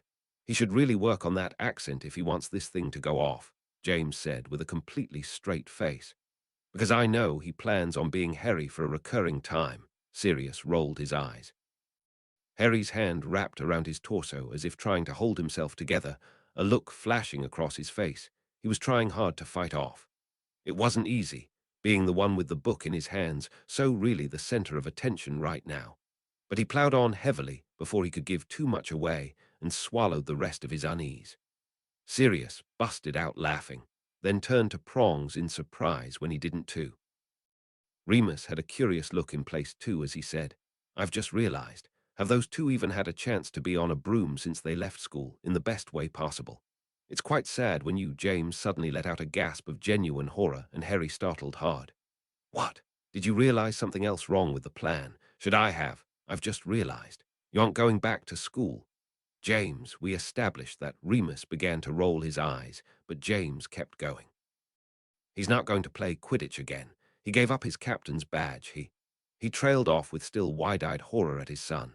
Lily nodded, mostly to herself. I'm rather impressed it took him this long to draw such a conclusion. Harry just slumped back into his seat with an exhausted look on his face. He had in fact recommended Ginny for the position, though had been planning to bring his firebolt along his current journey in case he needed some sort of emergency escape. These hadn't been top of his mind to share, though now he wished he had so his father hadn't given him an extra panic attack. Well, he's just no fun at all, James said, as if noting the weather. This wasn't news to them after all. Harry tried very hard to ignore the uneasy twisting of his innards at that. It was almost easy after last time. Sirius cleared his throat audibly. So, Harry, tell me, what was the last thing you and Ginny were up to, before you broke it off with her? Harry schooled his features into a scowl. It wasn't hard, but Sirius wouldn't stop laughing anyways, making Harry very sure said expression may have flashed across his face even for a brief second. He's so polite to the ladies, Lily smiled softly to herself. Must love Tonk's ability to define herself in one singular moment. James laughed raucously, while still eyeing Moony for some sort of reaction to her again. He'd been all gung-ho when chatting about her before their business had come up, but now his friend seemed determined to have it all fall on deaf ears the moment her name was mentioned. James sighed in disappointment, but had more important things to concentrate on for now. Made me feel like I was being singled out again, Harry sighed before anyone could ask. I would have thought I'd be on a broom. Maybe swap with George, he finished, trying to fight back how uneasy that still made him. He didn't want to let that show, though, not wanting them to fear for Remus' life any more than his Remus snorted with laughter, effectively backing up Harry's feelings. Well, he's got you there. I've just realized, won't that stick out a bit? Lily asked. Well, Moody could hardly order firebolts for everyone, James reminded with honest disappointment. It's dark out. I doubt half the Death Eaters will even care to notice such a detail, Sirius shrugged. So long as Harry keeps his out of sight in that sidecar, shouldn't be a problem. Lily nodded without looking very reassured, as no one had bothered to point out no one should be noticing anything. None of them were pretending an attack wasn't imminent after all Snape had said. Can they see them now? Remus asked in surprise. Not that I know of, Harry shrugged. Hermione hadn't been around in that battle when the Death Eater had died like Ron had, and maybe even then it had been so chaotic Ron still might not. He never asked Fleur, now hadn't felt like the time. Sirius puffed his chest out with pride, still wishing he could take Harry out to show it to him now. I feel like he still could, James chuckled. And he's already on the shorter side, Sirius smirked while leering at Prongs and Harry. Mundungus is half my size, Harry snapped at once. Oh yes, great defense there, Harry, James sighed, with a long, resigned expression. Harry still grumbled something about having a few inches over Hermione. Can't imagine what that looks like, Remus snickered, as Sirius continued eyeing his best mate in the same way. Harry felt his agitation at the remembered situation slip into bitter regret. He thought back to meeting Pettigrew in person, and how short he was, how surely his dad wasn't in fact all that scrawny in comparison, but now Sirius was possibly projecting to forget he couldn't make a joke at one of his friends' expense. What if something happened to Ron? What if some fight occurred, and some old joke between them could never be spoken of again? The thought left him feeling more dreadful by the moment, and he was really starting to get worried he couldn't shake that feeling. He what? Sirius yelped before Harry had even finished the sentence. He looked very much like someone had just told him his newborn got a tattoo. He hadn't thought twice about the sidecar. Honestly, that was a good idea and something he might do himself, but any tinkering was his business. I'd have thought you'd be pleased, James at once tried to curb him with a sense of gusto. She's got the latest models now, and clearly done by someone with love and care. Elvendork was perfect the way she is. Sirius insisted, hands curled into protective fists. As if he didn't have enough reasons not to die, now he had another. I swear he's yet to find his own wife, because no one will ever be good enough to ride that bike, Remus smirked, even willing to bring up the dreaded idea of matrimony again to poke at his friend. It doesn't help he only lets you two along, Lily rolled her eyes. I've offered you 12 times, Sirius said without remorse. It's your own fault you won't give it a go, and Mooney's not wrong. How could I ever fall for someone who can't enjoy that kind of ride? None of the others answered, deciding not to encourage him more. Why do I immediately dislike that button? Lily muttered. Because all of Hagrid's ideas haven't been, the most brilliant. James offered in an attempt at a passive voice. Scroots, Remus agreed with a deep sigh. I mean, it's not the worst idea, Sirius said fairly. I'm sure if I threw a screut at someone, the fight would be instantly won. Yeah, both parties would be dead, Harry rolled his eyes. Somehow, that doesn't reassure me. Lily actually did lose a shade of color. James rubbed the back of his neck, but decided nothing he said would make that better. I've seen him jealous. Ron does have a reason to be worried, Sirius agreed. Clearly not about this one, though, James huffed, still eyeing him for a reaction that was clearly never coming. His face was as stoic as ever. They could have been talking about the tea cozy. I'd count that a blessing, James muttered tersely, finding that the first bit of good news from this book, his son would truly never have to go back. Harry felt his breath snatched away in the same moment, but he refused any other sort of bodily reaction. His gaze kept focused, painfully sharp even as he picked out every letter in detail to know where this was going. Who had he lost? Harry could not look around him. To see the pain he could feel, they were all in hearing him call for help, and none of them could do a thing. Neither could he, sitting prone in front of a book, but he was the one reliving this, so he clung tightly to whatever experiences he felt flowing through him. This was a mistake, he knew at once, as he could no longer separate himself from the heartbreaking memory of that noise. Harry. Oh, Harry, I'm so sorry. There was no response he could give them that didn't sound heartless or pitiful. He just kept looking at his empty hands and expecting a snow-white feather to appear there, the kind Hedwig had left all around his room for so long. He should have felt silly, he knew it. There were so many others to worry about, but in that one moment he swore he felt his first connection to his world, his first gift, his first friend's death as strongly as if it were the first time again. I know, love, I'm so sorry. For a moment Harry thought he'd spoken all that aloud, but then he really looked. His mother's warm hands were cupping his. James had his hand placed protectively on his shoulder.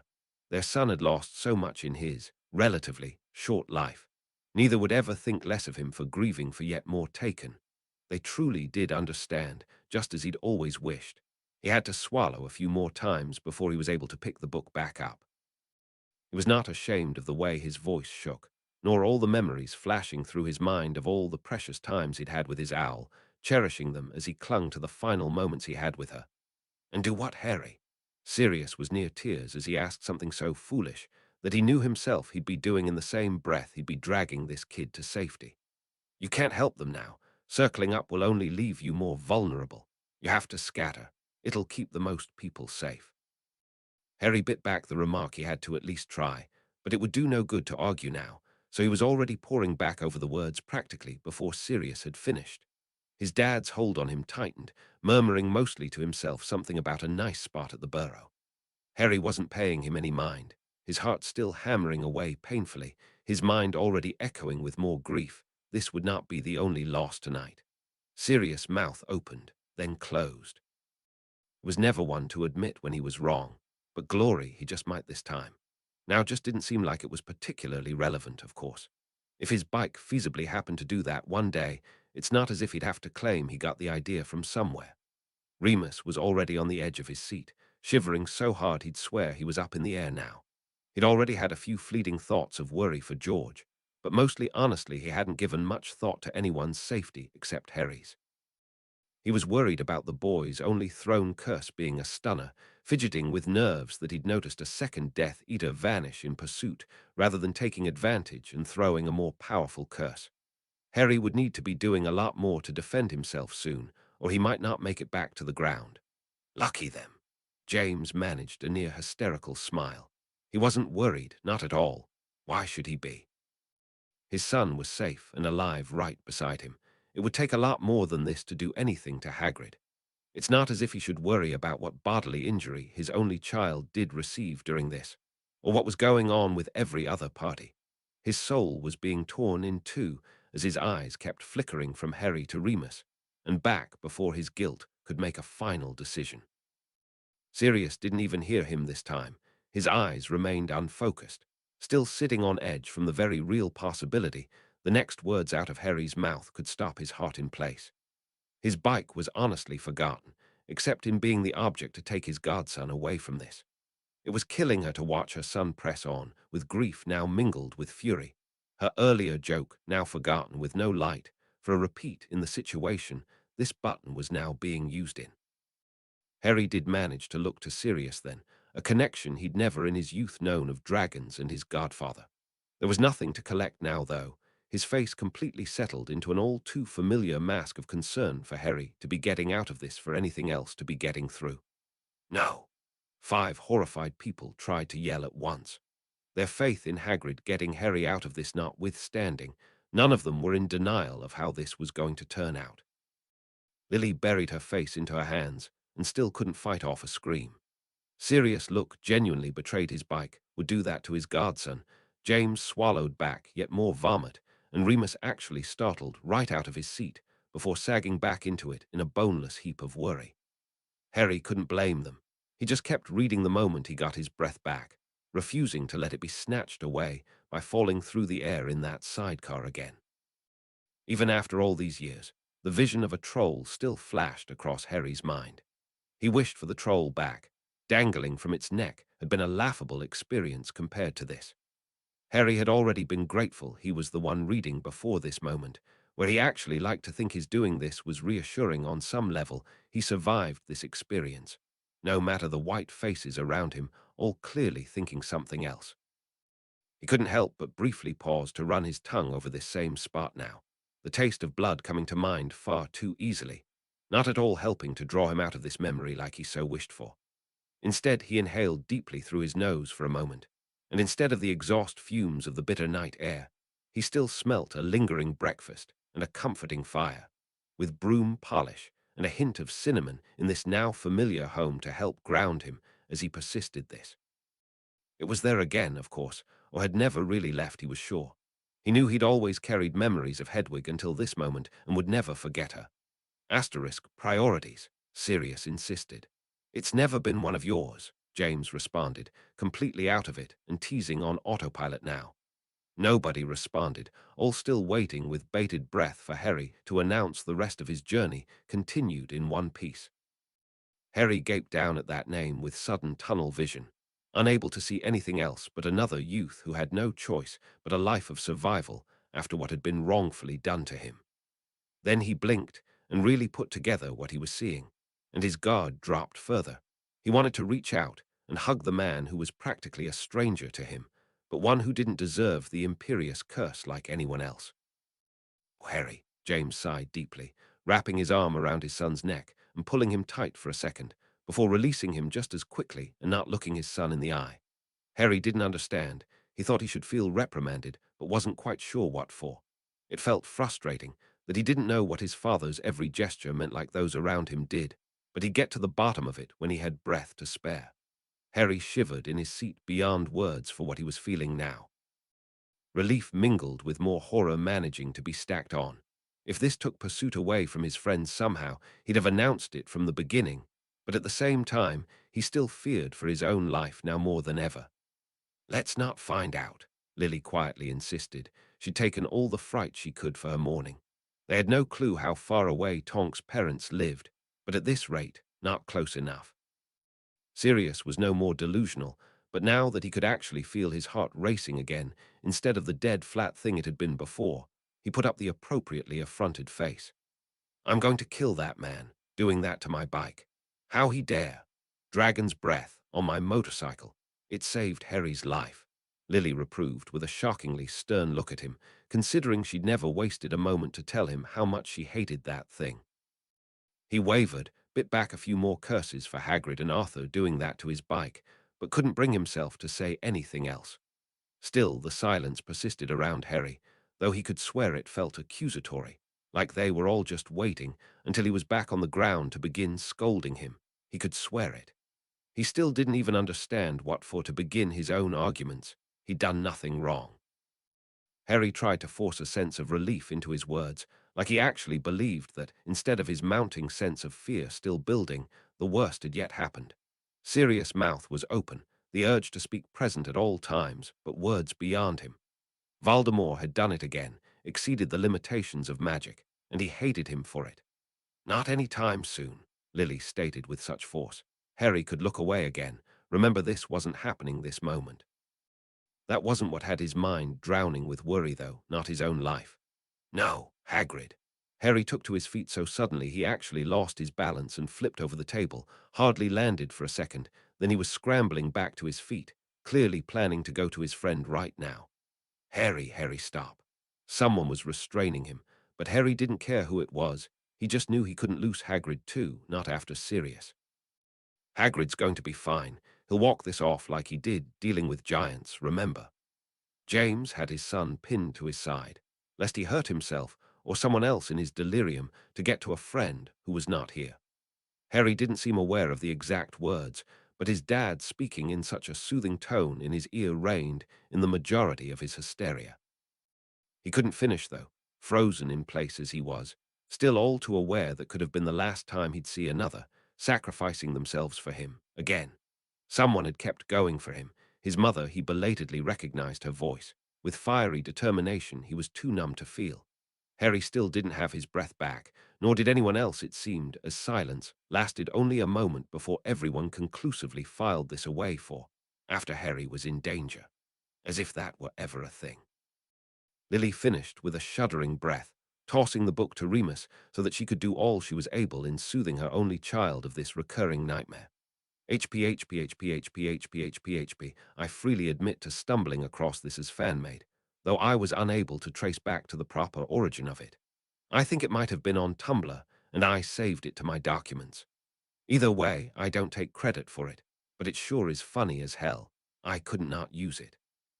Everyone always makes fun of what Harry named his kids, but who wants to bet he actually got another snow owl and named her him Hedwig too? 'Cause that one actually makes me Noah. Wow, 4 chapters in, and we already have 2 character deaths, Hagrid being a possible third. There really was no messing around with this one. Chapter 5, Fallen Warrior. Chapter text, another chapter where it wasn't James who found out someone they knew died. 3 so far. HP, the faces of all he'd lost kept flashing across his eyes, swimming there and refusing to leave in a kaleidoscope. Some more recent than others, ones he didn't get the chance to know better, and some he'd never known at all still hovering before him. A family he may never see again, and one he'd never had the chance to be with. Then he realized that while one was fading, the other was growing in clarity. It did not erase his knowledge of how much more he had to lose, but only strengthened his resolve to hold on to what he had. Hagrid. It was one name on his mind now, the very first person he'd known in his life to care about him, and he had to know now what had become of him. Remus needed no further prompting, now that he was assured Harry was in the here, and now with them to take every word, and not suffering, falling further into his past than he could come back from. Sirius didn't even flinch at the idea of his destroyed bike. Some things really were more important. He got to the safe house, please. Please tell me he's away and safe in there. Lily was muttering constantly under her breath, holding her still shaking son rather than wringing her hands in stress. Harry didn't even make a swipe at this old wound now, his attention focused solely on something none of them could see. James tightened his hold on his son with as much reassurance as he could give, trying in vain to quietly remind him Hagrid had survived encounters with giants. A little fall from a bike would be nothing he couldn't walk off. Harry was paying him no mind. Sirius felt one tiny notch of tension release itself inside of him as he recognized a name at least. Harry watched those around him try to relax for these surroundings. Surely he wasn't still in immediate danger. Harry couldn't fathom such a thing, not until he knew everyone was okay. The image of that crashed bike still fresh in his mind wasn't the only horror still in store for him tonight. Add him to the list of people we need to start meeting soon, James said fervently. Already in the works, Sirius assured, giving Moony a sidelong look.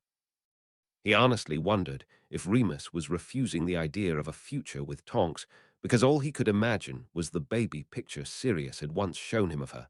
He really couldn't blame his friend if that was the case. Oi! Sirius protested so loud, Harry finally startled out of his reverie, eyes lagging for a moment before they landed on him. Those muggle contraptions saved my godson's life. You could show a little respect, you bloody prejudiced. Easy, serious. Remus easily cut into his rant with practice. He doesn't know all the details yet. No one was having a go at how you, or Arthur, or even Hagrid handled that bike. Think you were having a flashback of your own pads, James easily agreed, looking no more particularly fazed by Sirius' outburst. Sirius grumbled a bit more before settling, still shaking his head slowly. He'd needed that outburst not just in his bike's defense, but to help himself come to grips with hearing the end to his precious machine. Perhaps he had gone the wrong way, though, letting a certain word strike him wrong. Lily finally exhaled in relief, her worry of some force bursting through that door any second vanishing. "You're actually not wrong," James agreed, eyes now steadily on Remus in pure concern. His son was safe, but was everyone else? The fact that Harry refused to fully relax again meant that he couldn't either.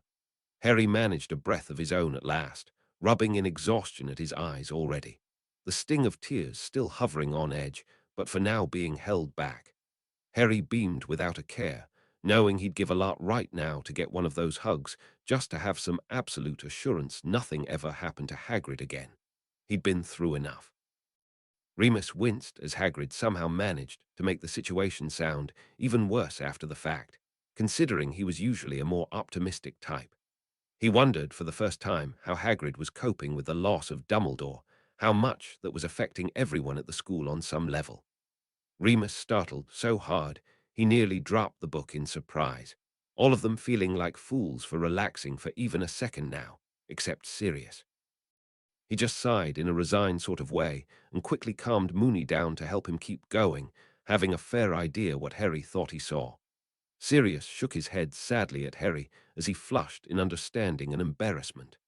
"Yeah, I made a joke for years about Narcissa looking nothing like those two, but the funny part is Andromeda acts nothing like the other two."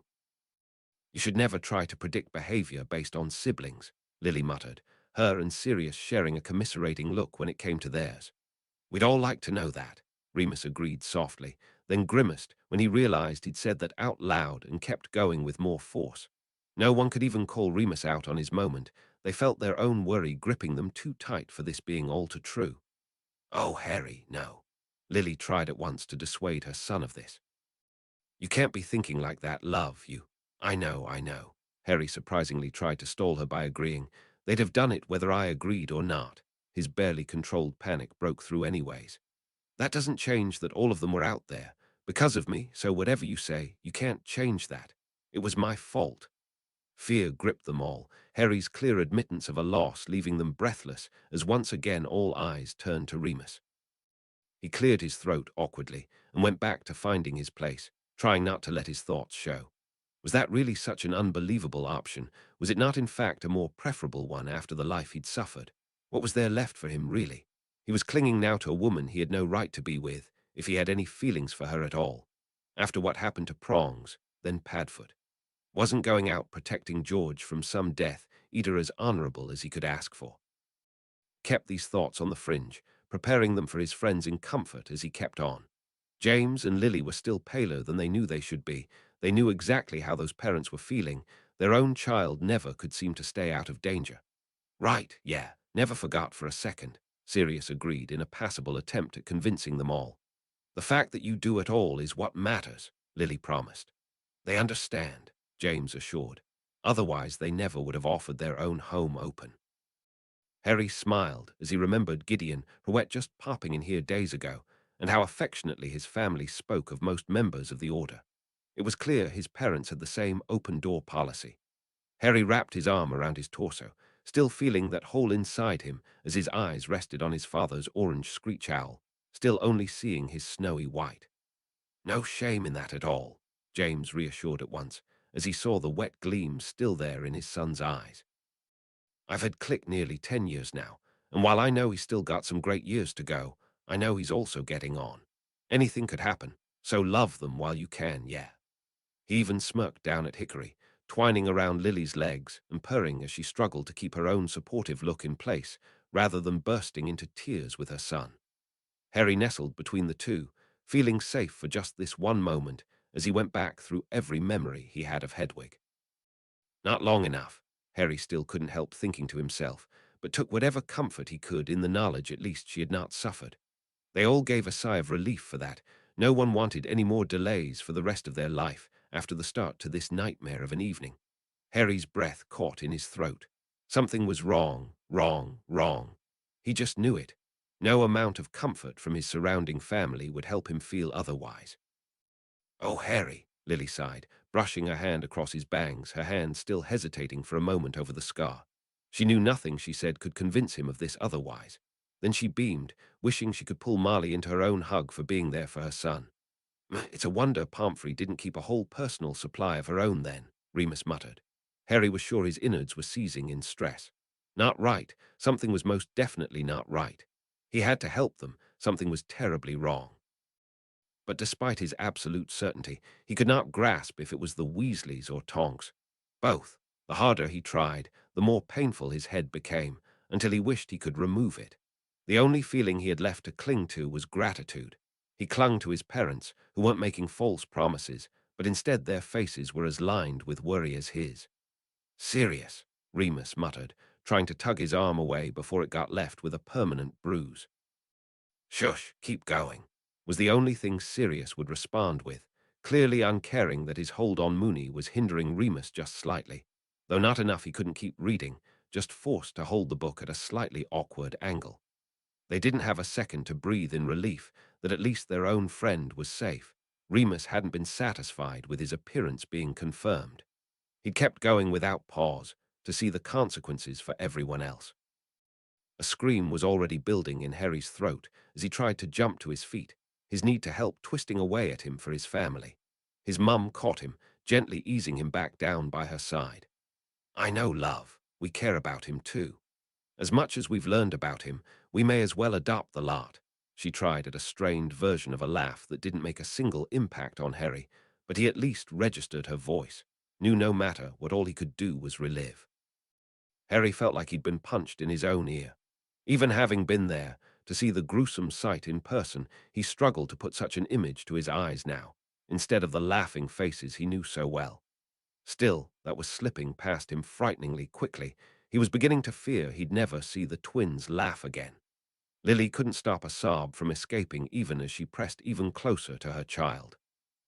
It felt like they knew these kids, had watched them age with Harry, and now to hear something of this magnitude, something so permanent happening to them at this age.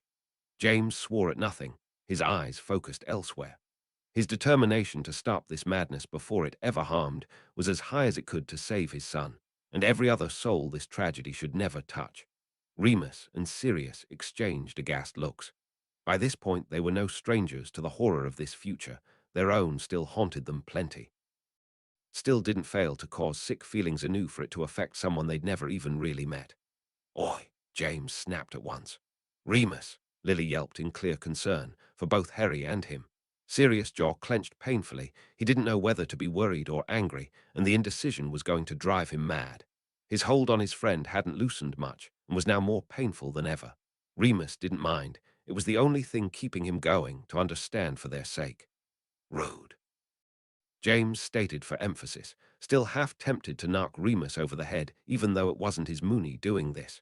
Sirius was still watching him with a bug-eyed expression, while Remus kept going, hoping he had a very good reason for doing this, or he'd be regretting it in here in mere moments. "Oh," all four of them muttered in understanding, while Harry's scowl became more pronounced. "You suspect me?"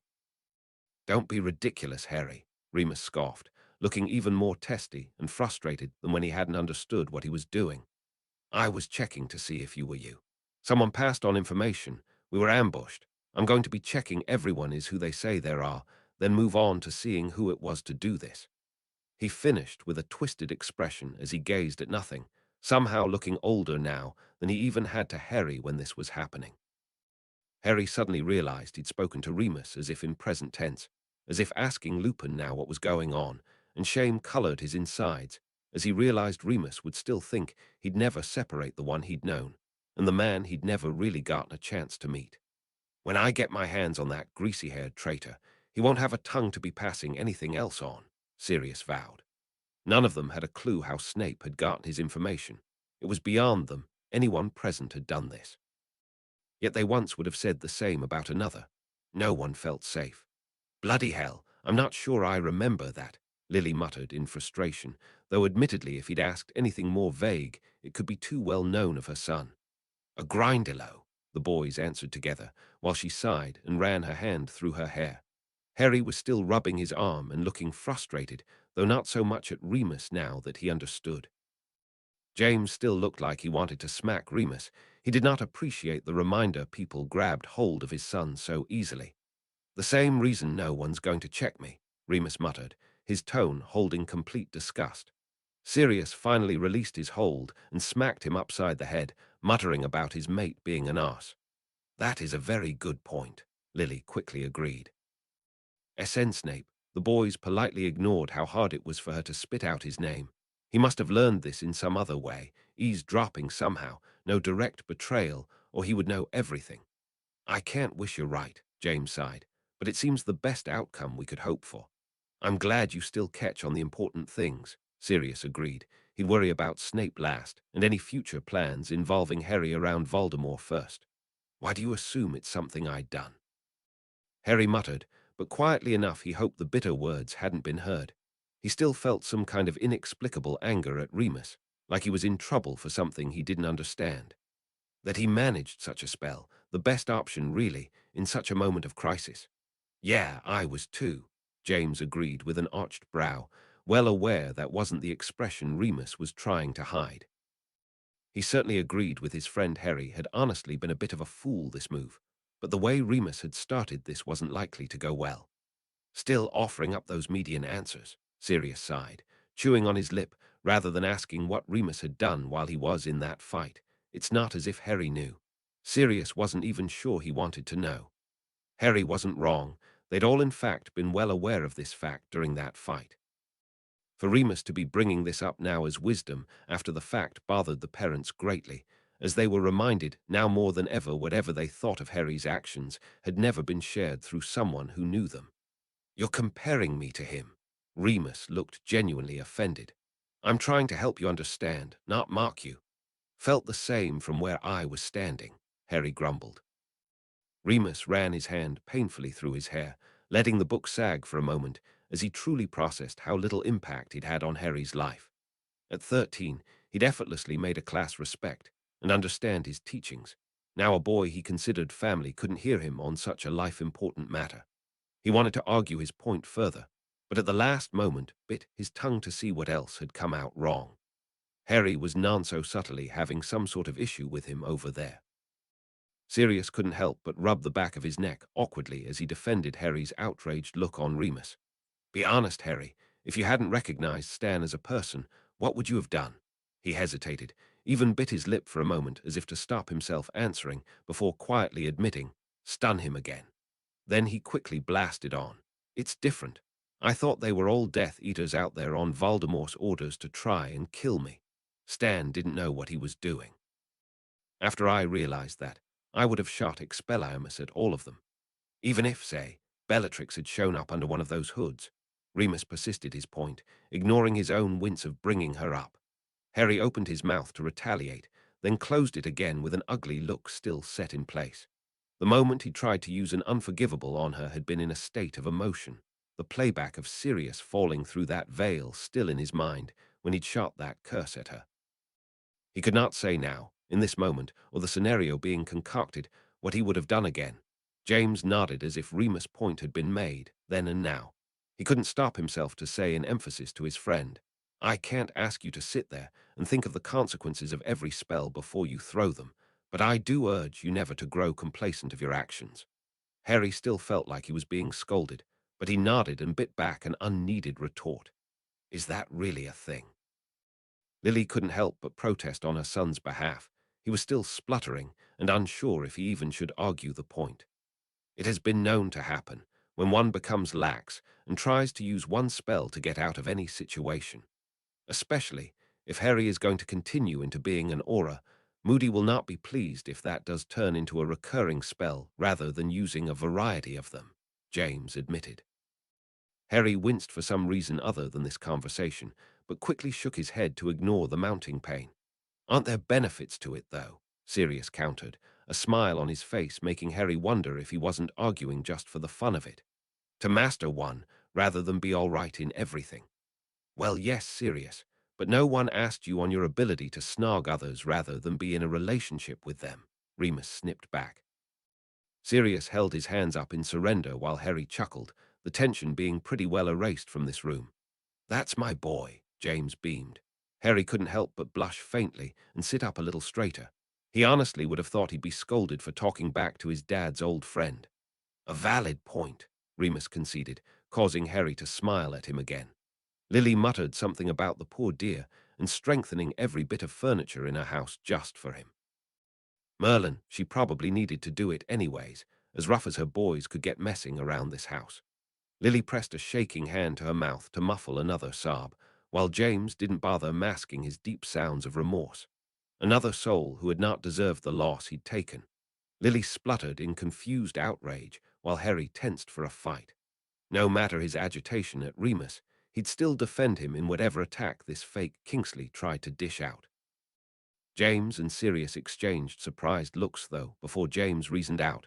Just because a polyjuice potion wouldn't work on him doesn't mean they couldn't try to disguise themselves as him some other way, James said slowly. Harry very obviously knows, but perhaps Kingsley hasn't spent enough time around him to be sure of the finer details, Sirius half-heartedly agreed.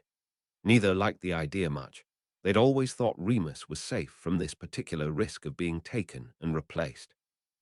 What on earth were they talking about for this to be in dispute? James muttered. He still didn't like Remus having to be asked a question at all, let alone an answer that would never be questioned. The Order knew as surely as anyone Dumbledore and Harry were having private meetings, Sirius offered. Maybe they were asking if they could help, and that was Dumbledore's response. Very thoroughly, Lily sniffed. She still didn't like the idea of one of his uncles manhandling him like Remus had, no matter how upset he was. Everyone around Harry sobered up at that. Even knowing the two they cared for most in that group were safe did not mean in any way they wanted to hear of something happening to anyone else Harry cared about. Harry hardly heard them. He'd already known as much. Instead, he could hear the soft echo of a conversation in the back of his mind, of Hermione shivering and whispering about suddenly seeing a Thistral in midair like that. Lily furrowed her brow for a moment before announcing, "You know, I've just realized that would actually be the first time Hermione, Merlin, most of the Order really had seen Voldemort in person. To think she's been believing him since 11 without proof, until now." Remus agreed with a small smile, wishing Hermione were here just for the fun of hearing what she'd have to say to them for that. Harry just smiled softly as he thought again about all his friends, as much family to him as those around him. Harry still gave Lupin a disgruntled look for the tone he'd used then, though Remus had read it now in an almost defensive tone. For himself or Harry's actions, he wasn't really sure. He'd hardly denied he was thinking the same thing as he would be in the future. There were several disgruntled and disgusted sounds for this news. They truly couldn't rely on anyone outside the Order any more at this rate. Lily and James shivered again for the reminder, both imagining poor Arthur and the rest of the family's reaction to such a thing happening. As if the family hadn't suffered enough over the years. Snape! All five of them snapped in purest disgust. As if he hadn't done enough to wreck their lives, now here he was maiming children he'd once taught. Remus had left his job because of the mere idea he could, and this vile excuse for a human had joined in the attack against the Order. What if that had been Harry? James brushed his hand right under his eye, where a faint scar still stood from when Snivellus had once done much the same to him, while Lily nearly blacked out from rage at the very idea. Snape would pay for this if it was the last thing they did. I can't imagine him prioritizing you were okay, rather than announcing, pointlessly, the useless life form who'd done it, James told him with a straight face. Harry still huffed and grumbled it made a difference to him. He had a lot of practice, Sirius muttered darkly. While Lily managed to go even more white than before, she seemed more likely to pass out by the moment the more of his deeds were exposed. She couldn't imagine, didn't want to hear the cries of scared students who'd suddenly been cursed for practice. You did good, Moony. Don't doubt that. Sirius gave him a grateful pat on the shoulder, unwilling to admit he may not have done the same in his anger. Remus was much better at prioritizing. I have full confidence you'll get your chance to return the favor, James snapped, though his stomach clenched painfully at the idea just as much. He'd rather shove his last remaining friend into a hole with his newlywed wife, hear about how those two were getting on. Maybe laugh and compare, something fun compared to the pain of Mooney in a fight for his life. Again. You think someone would fix that by now, Lily muttered, though admittedly it was the last thing she'd thought of in this chaos of a night. The five of them all shivered as one, all knowing they'd have stepped in front of that spell to save him if they could, even knowing something worse could have happened. Harry gazed around him, at all the ghastly faces, realizing this again and again. He found it amazing, really, that they all cared so much for someone they'd never met, but through his life, they already knew how much they did care about someone else. He felt near tears again for the dozenth time already today, at how lucky he was to have this family now and then. I honestly don't even think she'd blink, Lily muttered, knowing her priorities now would be on her injured child, and two others comforting each other in that way would only be a small blip on her radar. Hagrid! Sirius tried in confusion even while everyone tensed in concern, that imposter idea still lingering heavily in the air. Sadly, even with the answer, no one could relax any more than before. Be afraid, James agreed with the father at once. No one needed to ask a further question. They merely wished they could protect Arthur from what he was fixing to see. I hardly can, and I've seen some things, Remus muttered. Remus actually brightened for a moment, reading with just the slightest bit more ease in his voice. Not all was lost. This family still had many more chances to talk to George. He was safe. He just wished he could say the same for everyone. Remus choked on the word, his face twisting like he'd accidentally bitten his tongue in shock. The others didn't look any better for a moment. Now living in fear, one of the twins had lost their bloody mind. Harry slumped back in his seat in relief, while everyone around him laughed for something as simple as a little joke, still existing during all of this. Harry still didn't feel up for it. They all seemed to be forgetting the idea that he was still responsible, that George would not have had this happen to him at all if it wasn't for him. Would you rather he'd have said he's eerily glad to see you? Sirius asked innocently. Padfoot, you are awful, James pleasantly told him. Because we beat you to saying it, Lily pointed out. Remus gave a half-hearted laugh, and Sirius suddenly realized Harry wasn't the only one still unable to pull themselves from the misery of this situation. He watched his friend closely as he continued, his gaze clearly farther away than the Weasleys' living room, perhaps still stuck on someone else more than he'd admit. A tragic end to a classic joke. Sirius Mark raised a glass. Harry managed half a sob, half a laugh, but it was better than nothing. Harry couldn't help but shiver again, almost wishing at this point someone would offer a solution as to why this was then this dead silence. There was an answer in there he had no wish to hear. Harry felt a deep surge of pure fear grip him tight. He swore he wasn't breathing. Something had gone wrong, irreversibly, terribly wrong. Someone was not coming back. None of them needed to be told that from the book. It was plain as day on his face in here, and Remus was faring no better. He couldn't hide it now no matter how much he wanted to. Not all of that concern was, for Ron Harry tensed his hands now, the urge to reach out and grab her still present no matter how much distance was between them. His ring stood bright on his finger, flashing in the light for a moment as he forced himself to keep listening without this now. Oh, please don't bring them up again. We're finally rid of their presence, James muttered. Woman knows how to stick a landing. Remus couldn't have stopped the sudden burst of relief and praise that came from him if he'd wanted to. Suddenly he very much didn't, just taking this moment to bask in the comfort she was fine, still alive and safe. He hadn't lost again. His friends had very aware smirks set in place, and though he didn't regret his outburst, he did hurry past it without giving them a chance to gloat they were right. Sirius Wolf whistled happily, while James' eyes lingered on Lily. He could imagine the feeling. He'd lived through it a few times himself already, and did not wish it on anyone. Just what he needed, I'm sure, Lily giggled. No one seems very happy tonight. Sirius sighed tragically at the two couples he just could not get a grasp on. You'd think those blokes would be happier to see their others in one piece. Harry couldn't swallow for a moment. He was positive, in that moment, his fears were not without validation. Surely not Bill, who had already suffered more than anyone should be asked of, Fleurs and his wedding on the cusp of their happiness.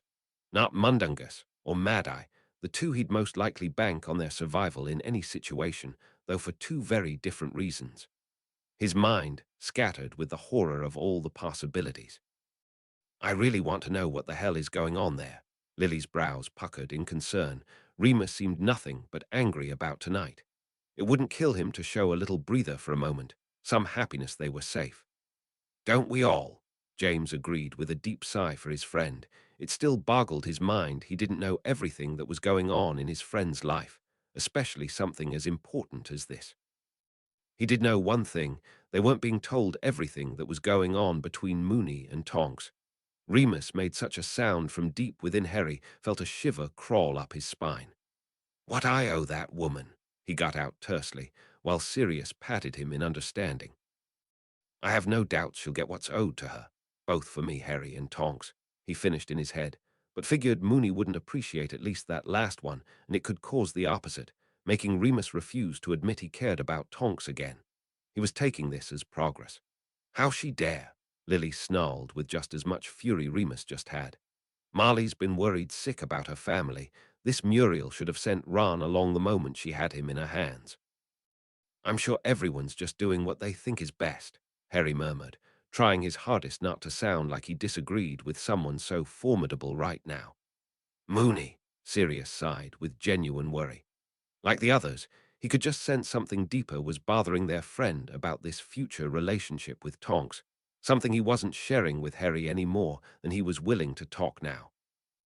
There was a general sigh of discontent, what they wouldn't give for everyone to just stay there forever where safety was. It couldn't be helped. They were all well aware in the same way they left this home for their own lives, but they could still wish. They all gave an equal wince again, the news not any lighter on them the more it had to be shared, now with Ron present to hear for the first time. The moment Remus delivered such news, he closed the book and then just sat there, shaking his head at such a world. Alastair, who had survived so many fights and battles, it seemed laughable he could ever fail. Whose scars he must have been born with, rather than having received, he was so tough it had to be ludicrous someone had managed to make a mark. Not head of the Aura Office Moody, surviving a war and practically an entire life of looking over his shoulder, only to be struck down by such means. Mad-Eye, it seemed almost as if they were hearing of some stranger's death. They'd never seen him with such a thing. Sirius couldn't process him not being at the next order meeting shouting at them all to focus any more than he could such an end to one. Of course, Moody was hardly the kind to go out in a nap in bed. There truly was no great end for anyone. James looked like he'd been punched in the face. It just wasn't coming together in his mind, the pieces not quite fitting right. He'd idolized Moody, wanted to train under him, be like him. Tough as nails, letting nothing get under his skin, to be valuable in this war like he'd yet really felt. He was supposed to be the one they were to look to see how they were supposed to handle this situation. Where would they look now? Lily had at once reached out to comfort her husband and son. She knew Moody as a beacon of the order, but had honestly feared this outcome for him since the moment he'd been mentioned in Harry's life. Now it was just made clear, another brutal reminder no one was safe, as she held her family closer. It took Remus all the effort he had to pick the book back up to find his place. He could only manage it after catching Harry's eye and remembering all he still had to keep going for. Anger, pure and fiery, flared up in every one of them for such a cowardly flee from a fight. They'd known who Mugenugus was before this moment, and this was a solidifying move. I am going to kill Mundungus, James said in a voice so full of emotion, it was hard to differentiate the vengeance, outrage, and sorrow behind the act. I imagine you'll have some competition, Lily said sourly, but there was an honest twist of pity in her for the old codger. He'd been forced to come along when he hadn't wanted to just for Mad-Eye's plan, and the end results sat before them. It only reinforced the idea she'd had for a long time. The more you tried to wish you were onto someone, the more they'd pull away. Lily had always wanted to protect her baby from the sights of this war, and though she'd long since realized that was impossible, she still did what she could for now in giving him comfort through this shock. Something that is more sorely needed, Sirius murmured, steeling himself before stating in a much more natural tone. How moody do you think they're going to be over this? They did idolize him. Ugh, James let his head flop against the back of the couch to hide his almost twitching lips, while Sirius smirked in triumph. He could always get a rise out of prongs. Too soon, Padfoot. Remus tried to scold, but not as if he really meant it. Harry didn't look particularly amused, but all of them were still trying to draw comfort in their own knowledge they would see him again. Lily's eyes widened in surprise when it wasn't mentioned Remus was in any way comforting her, especially as he was leaning over and whispering something to Sirius now to keep his lips twitching.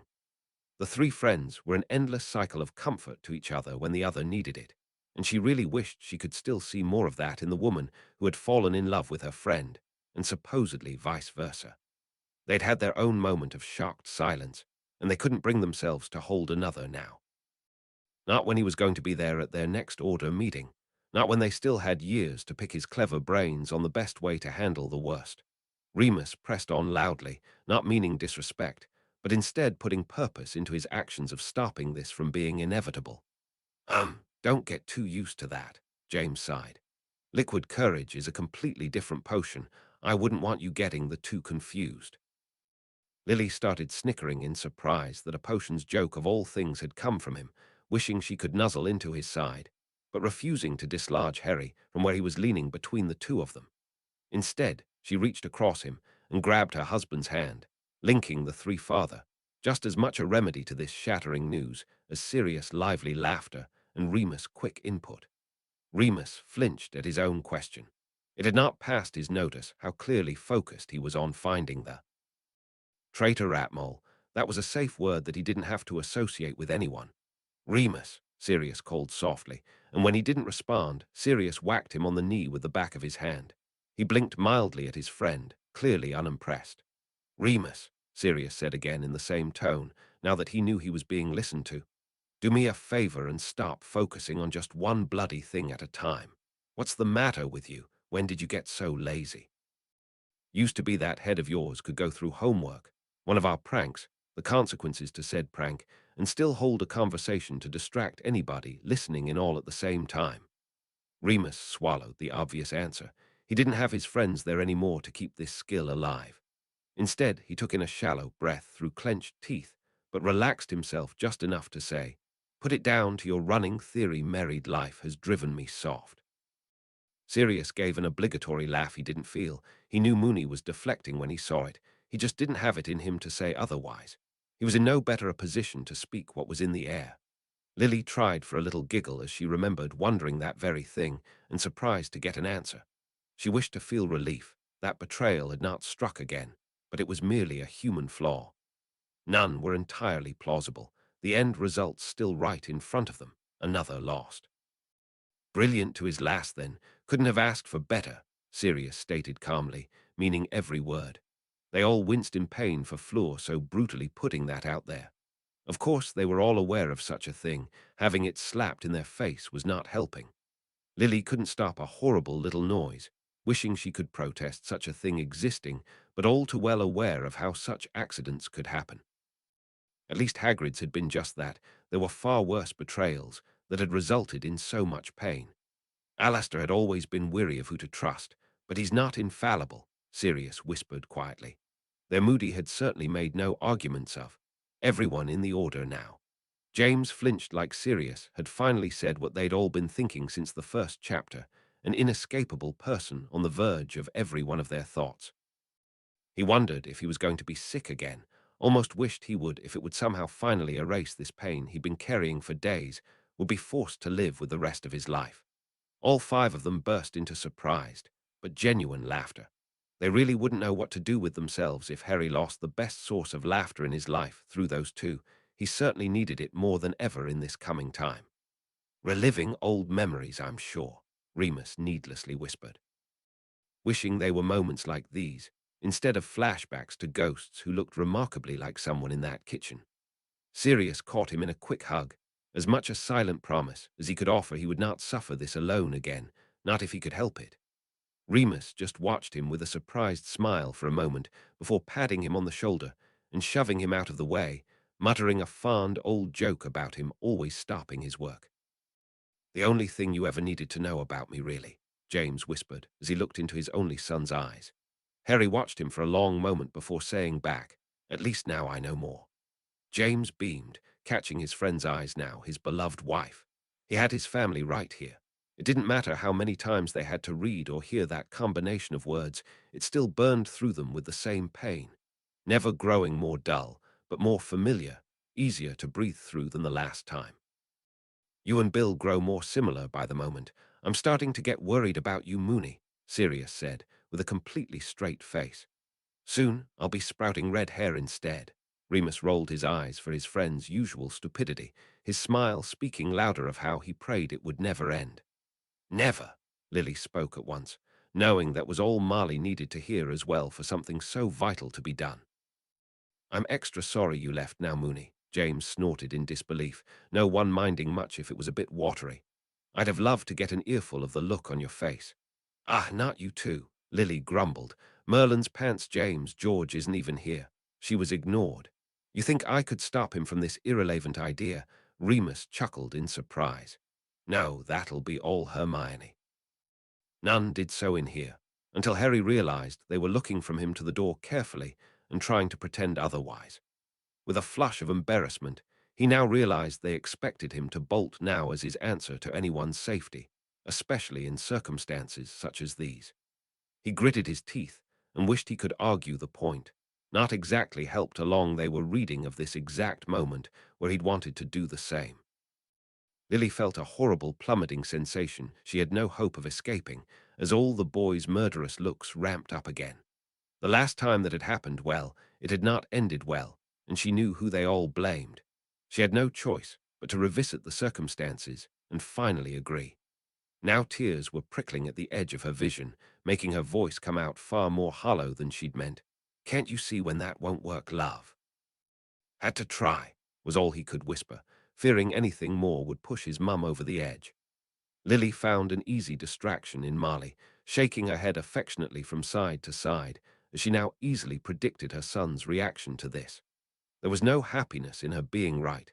She could not force him to share in the flood of warmth she felt her baby was being so well looked after by another. If there was ever anything Lily could do to return that favor, she would in a heartbeat, but for now she held her son close to her while she still could. He'll be dealing with a hell of an army, frankly not one I'd be wanting to face. Sirius went wide-eyed, genuine fear at the idea of the lot of them drawing wands at once. Not going to stop my boy feeling the weight of every one of them when they're empty, James said completely hollow. Harry shivered to his core, the horrible premonition of his father being right leaving the worst taste in his mouth. Not really, Sirius drew the word out exponentially as he eyed his godson. After all, who doesn't need an escort past 24 murderous psychopaths before going on a nice stroll for parts of Voldemort's soul? You skipped the much better ridiculous punchline in favor for mocking Harry, James snorted. Look at you growing up. Sirius stuck his tongue out at him. It'll be at the forefront of all our minds till the bitter end, Remus agreed softly, and Harry knew no one was joking for that one. Remus didn't yell that quite as loud as Harry once had, but they all flinched anyways. They wished they could tell Harry to do otherwise, but were already well aware of the fact this was just part of who he was. Instead, they just let him continue, as he was while trying to be there for him as much as they could. If that kind of love is blackmail, then clearly we've been doing it all wrong, James said briskly. I'm sure I can find a few to practice on, Sirius chuckled. That's not something for you to decide, Harry, Lily sternly reminded.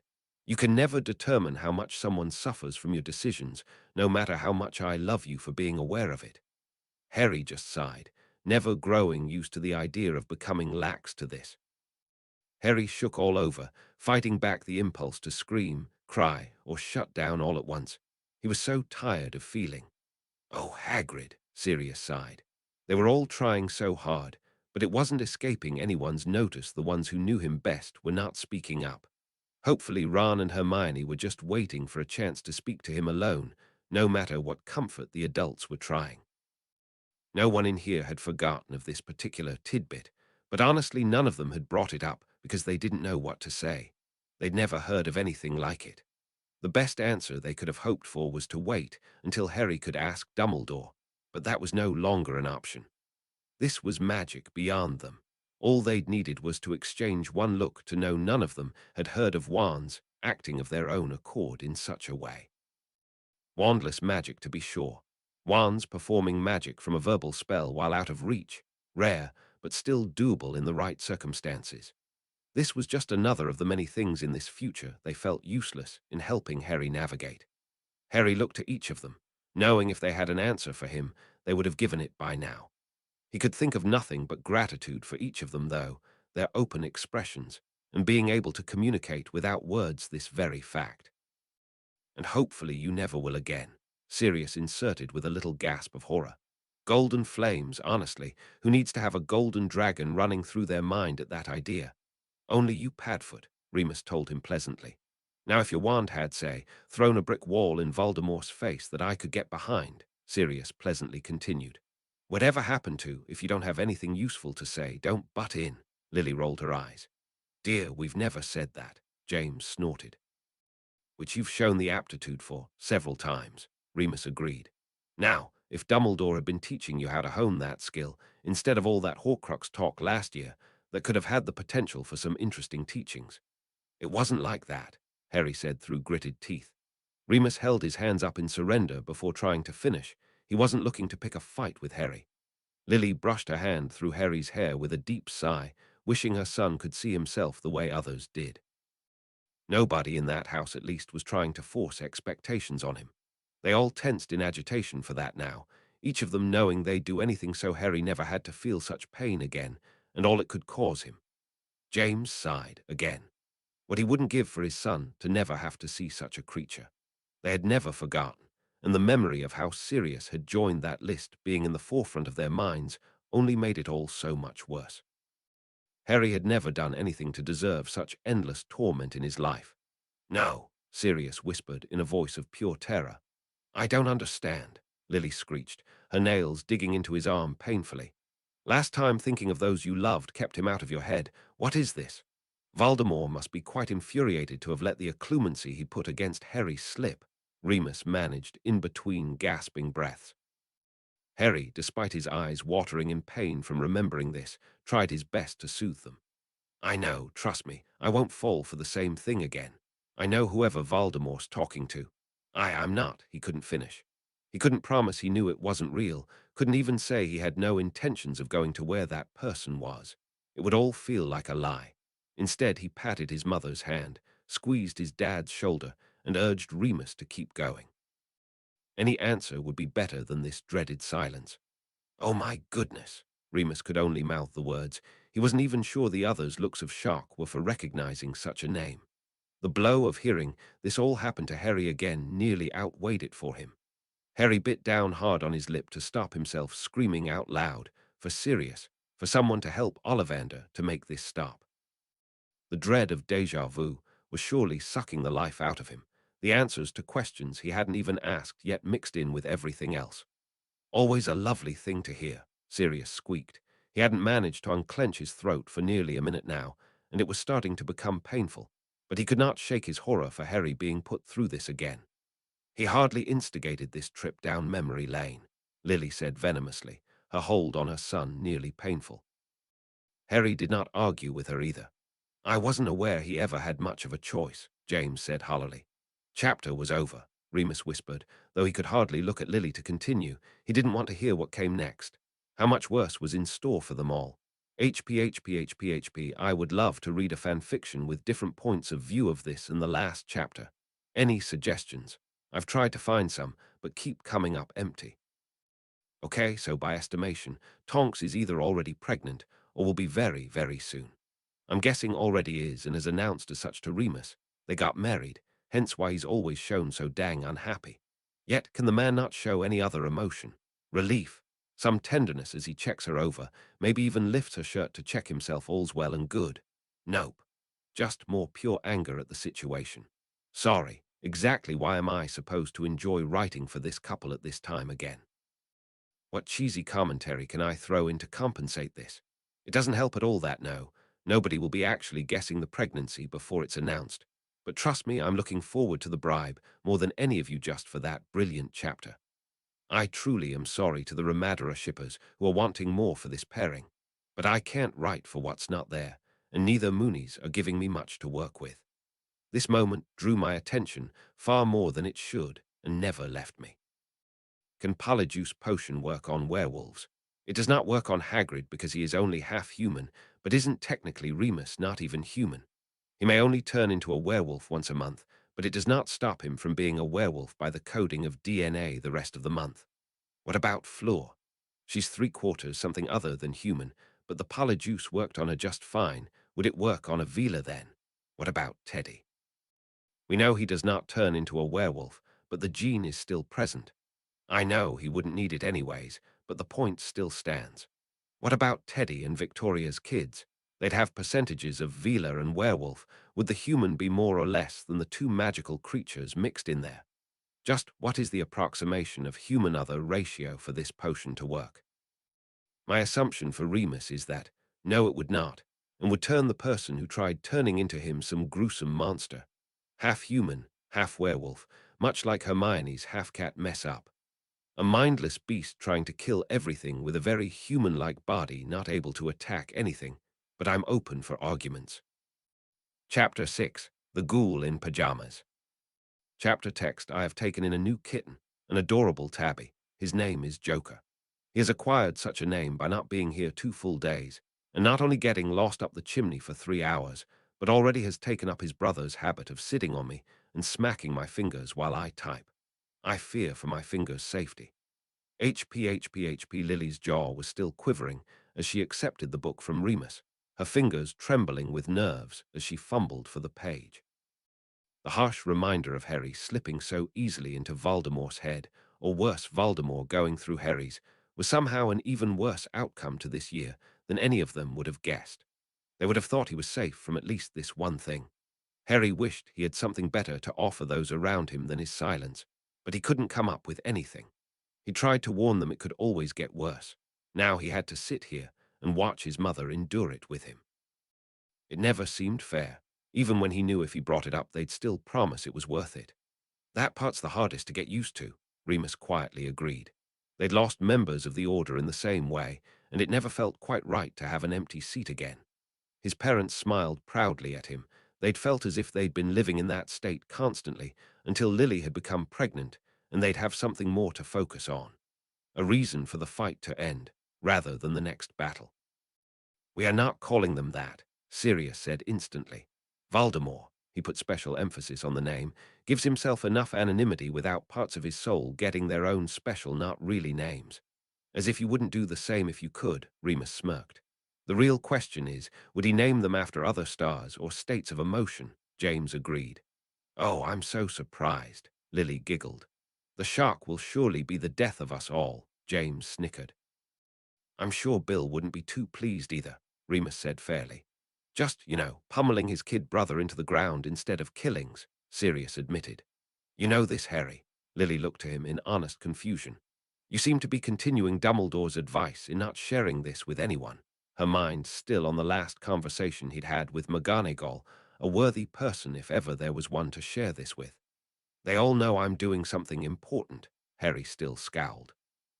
Can't they trust me? I know it needs to get done sooner rather than later, not sitting around for parties. You've got to enjoy the moments life offers, James disagreed.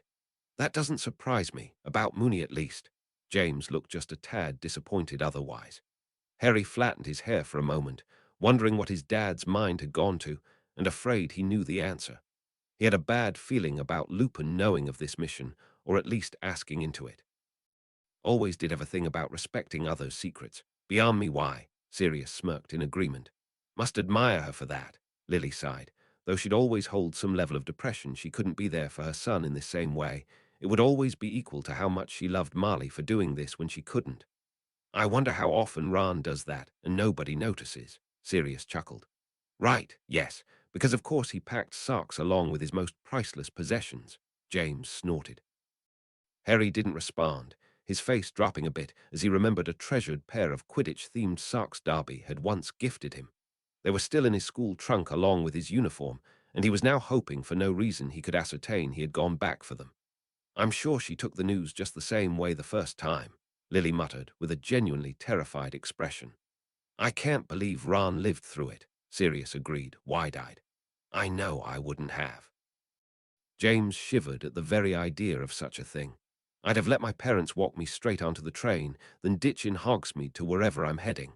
I don't care how far out of the way it would take me, it would still be safer than my mum's wrath of me dropping out of school.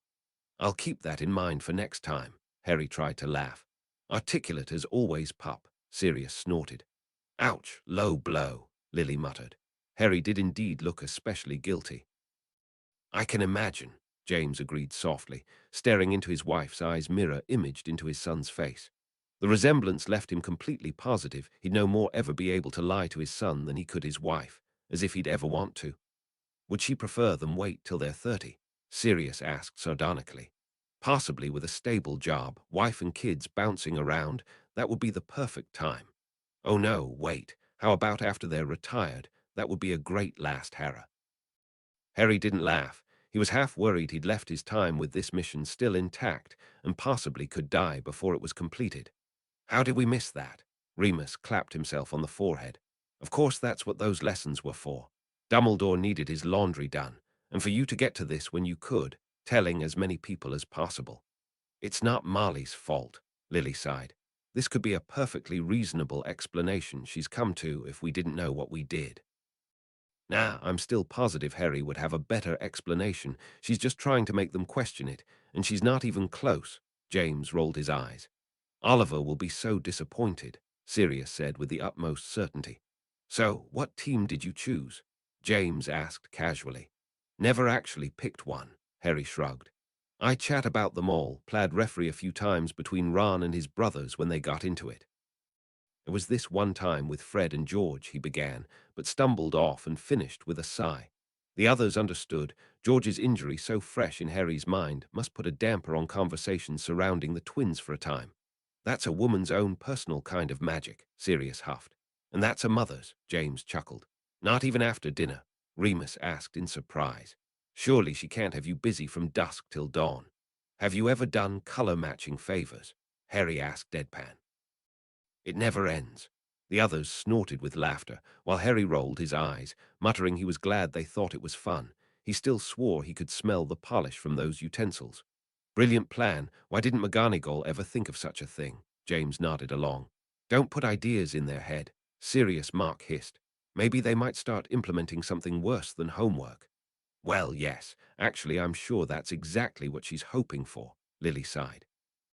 Mind me why you want to be an Auror again, Sirius snickered. It's clearly to nurture this stellar on-the-spot lying habit of yours, yes. You make the best one around if that were the case, James snorted. Not the best time to be thinking of such things in a heavily Weasley-populated area, Remus muttered. Or, just inviting friends over for dinner, Remus said with pure innocence. Yep, of course nobody will suspect such a thing, as welcoming as the Weasleys are, Sirius chuckled. Such unwieldy magic, who would be fool enough to use it, James said with a very forced smile. Lily squeezed his hand rather than answer. They wouldn't make the same mistake twice. Good riddance, Sirius muttered darkly. The one good thing that house had been used for, and even now the place haunted him. Such a wasted opportunity. Didn't anyone teach you proper manners? Is to cut us up for her. Remus happily mocked Harry, rather than letting everyone's mood sink so low. My ex-girlfriend, not my toddler, Harry protested. Ah, yes, my mistake. I still see that hyper-fangirl in my head sometimes, Remus relented, but the scowl Harry had on him and the others suppressing laughter was entirely worth the fib. His efforts were in vain anyways. Nobody could hide the flinch of unease this caused in them all. Oh, I'd almost forgotten about that, James blinked, before blanching in worry for the last time that had come up. I hadn't, Lily admitted with full dread. Though I took some comfort they hadn't shown up that night to arrest you. But if they were just going to ignore underage magic happening round my place, they could have just apparated me out of there anyways. Harry burst in frustration. He could not get the idea out of his head Moody should not have died in this way. The Order didn't want to take that risk, Sirius briskly reminded. You're damn lucky no one is pursuing this pup, for the sake of the oh so mighty press, he finished bitterly. Harry clenched his own hand now, knowing no one needed the reminder, but unable to help himself as the scar still gleamed faintly, unintelligible now, but the memory would always live. They all grew somber for that unpleasant reminder.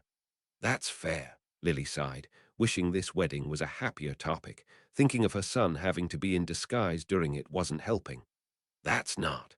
She instantly corrected herself, her temper spiking at once. She would not condone anyone taking this out on Hagrid without unwavering proof, and even then she knew in her heart he would be forgiven. All the boys burst out laughing. Ron really was the best distraction one could ask for, always knew how to fix the mood. Lily pressed her lips together hard to stop herself joining in. Perhaps. Lily went wide-eyed, fighting back twitching lips even more.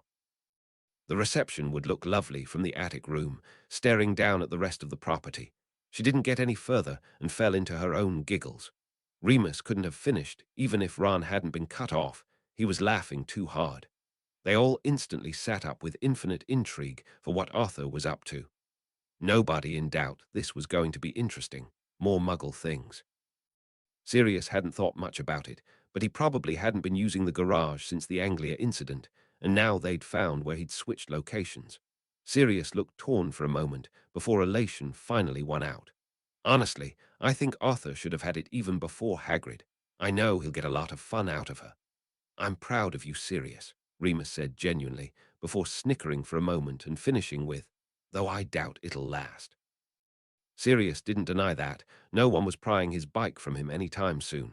Even if he would consider offering to teach Arthur how she worked, under his supervision. So he's made enormous progress then, James said earnestly. He hasn't made it worse. It's more than you can say for any given situation, Lily smirked. Harry winced and did not look at Click in the corner again at the mention of pets. Ron had thankfully located Pig down to the kitchen with Errol the first night, so thankfully he hadn't as much of a reminder Hedwig wasn't around. Sirius noticed, cleared his throat, and asked, "So, what's happening with him? I presume you're not taking the cat along. The litter box maintenance would be hell." "As far as I know, he's staying at the Burrow." Harry shrugged. "Think I heard Mrs. Weasley talking about it. He's great for keeping mice away, though he has a bad habit of chasing the chickens as much as the gnomes." "You'd think she'd check off this giant list of hers," Remus snorted. "Why am I not surprised Hermione frequently sorts through her books?" James said solemnly. "You mean you don't rank all of your books from best to greatest?" Sirius demanded. No one could think of anything to say to that. They all certainly wanted it to be true, but had too much experience knowing otherwise. "That's a fair point," Remus agreed kindly, though not as if he meant it. Surely if Moody had survived, he'd find some way to get in contact with the Order by now, who would have no reason to hide this from Harry and his friends. "That's not impossible to survive," James countered, rubbing his hair into even more of a mess. "Now that's definitely a detail one could get wrong," Sirius agreed with a sigh, as if just saying it out of obligation. Harry and Lily exchanged unspoken looks. They knew what the Marauders were doing as well as Ron. No one wanted any such thing, but they had to find some way to live with it, and hope was lighter to carry. "That can be plenty detrimental to life," Sirius sighed. "Is that why you never are?" Remus asked politely. "I'm plenty realistic," Sirius shot back. "Like I know realistically, if you keep mouthing off, your head's going to come off." Remus didn't look particularly impressed, and Harry was wondering if there was really a spell for that. "Accurate," James nodded with a straight face, refusing to indicate which was winning in him. "Harry," Lily squealed. James cuffed him over the back of the head that really had been pushing it too far. Harry nodded with a sheepish expression. He had regretted letting his mind out of his mouth. "Can't imagine why. That one was quite helpful to me in class," James said with a straight face. Lily swatted him lightly, still brushing at her hair. She knew her boys coped with copious amounts of humor, and even knowing this fate hadn't befallen Moody yet, she still mourned at the loss, as this only served to remind her of all the friends they couldn't save.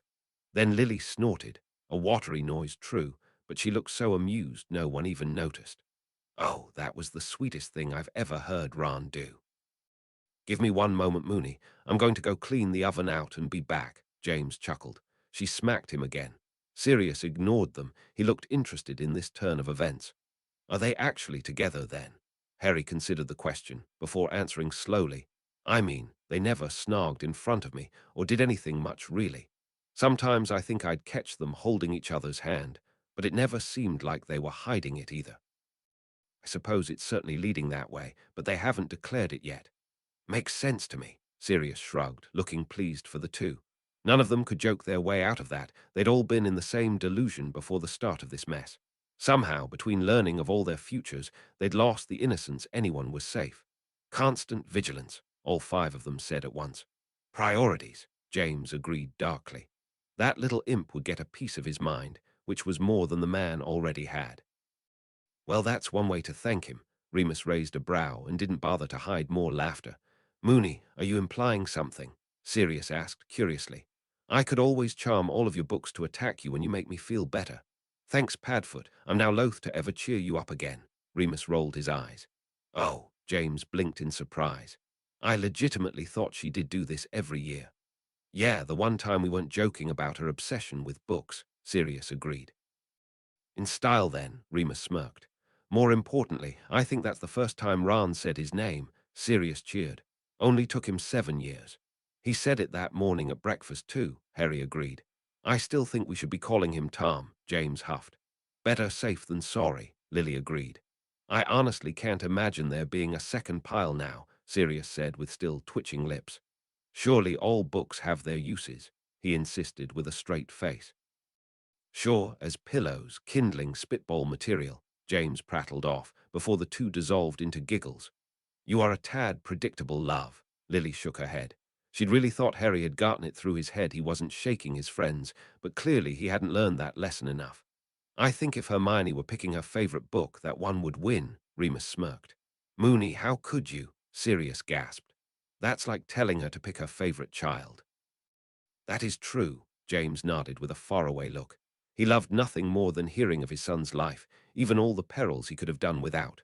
Ron and Hermione were so intertwined with his son's life, he may as well adopt them now. Clearly, you have a different understanding of the word shut up, Sirius chuckled. Yeah, the same kind you do, James returned. Any Lockhart book deserves that, Remus sniffed. Lily whistled in genuine congratulations for that. James almost burst into a round of applause for such sneakiness. Lily's mouth began turning down in confusion and surprise, but she kept going for the rest of Hermione's explanation. Oh dear, Lily finished with a deep sigh of sorrow for this girl and her parents. She couldn't imagine such a thing happening, forgetting her child. It was as if remembering what had happened to Alice and Frank all over again. Yet she understood Hermione, of course, why she'd done it. To keep them safe, that's all anyone wanted for their family. I never got the impression Hermione liked her parents very much. Sirius ruffled his brows in confusion for such a drastic act. This is extreme. She cared about them a lot, Harry rebutted at once. She just. It was true Hermione didn't talk about her parents much, but he'd never gotten the impression there was anything bad between them, just distance.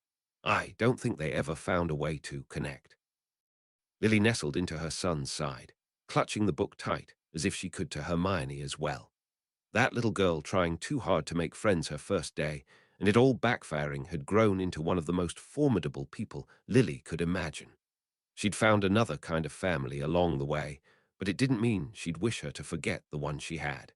She could only hope things would get better when Hermione found them again. They all managed a genuine laugh for that, each one having their own instance coming to mind of Ron's level of tact. Having a girlfriend will do wonders for yourself, really, James said, tweaking his own nose. Lily rolled her eyes and didn't bother to suppress another giggle. The hell, Remus spluttered in concern. Whatever Ron's cooked up, I'm instantly impressed, Sirius said at once. Can't hardly ship his entire family off to Australia, so I hope it's good, James said, with worry lines already appearing for the family who had done so much for his son. Ooh, I never thought we'd get to see their attic, Lily said with some measured excitement, better than dwelling on other depressing topics. She had no idea what Ron had stashed up there to help his family, though, and was eager to find out, while the boys all had calculating expressions on their faces, clearly trying to concoct their own scenarios already. Sirius snorted almost painfully in surprise. James instantly clutched his chest from laughing too hard. That is interesting. Remus had his nose scrunched up, as if he could smell this already. He was thinking so hard. I'm mildly disappointed we never thought to let one loose in school now, in pajamas. Sirius finished in a breathless voice. Oh, you lot, Lily sighed. She thought it silly more than anything, thinking it sounded like a kid's book or something Lockhart would write. Did their minds always have to jump to causing trouble first? How does this help Ron? Not sure yet, James gasped, waving her on pleadingly, but please let us know. Oh, the marauders said in understanding, while Harry and Lily exchanged exasperated looks. Care to fill us in? Harry asked impatiently. I'm sure Ron can explain it better, Remus smirked. Yeah, wouldn't want to spoil the surprise. Sirius smirked.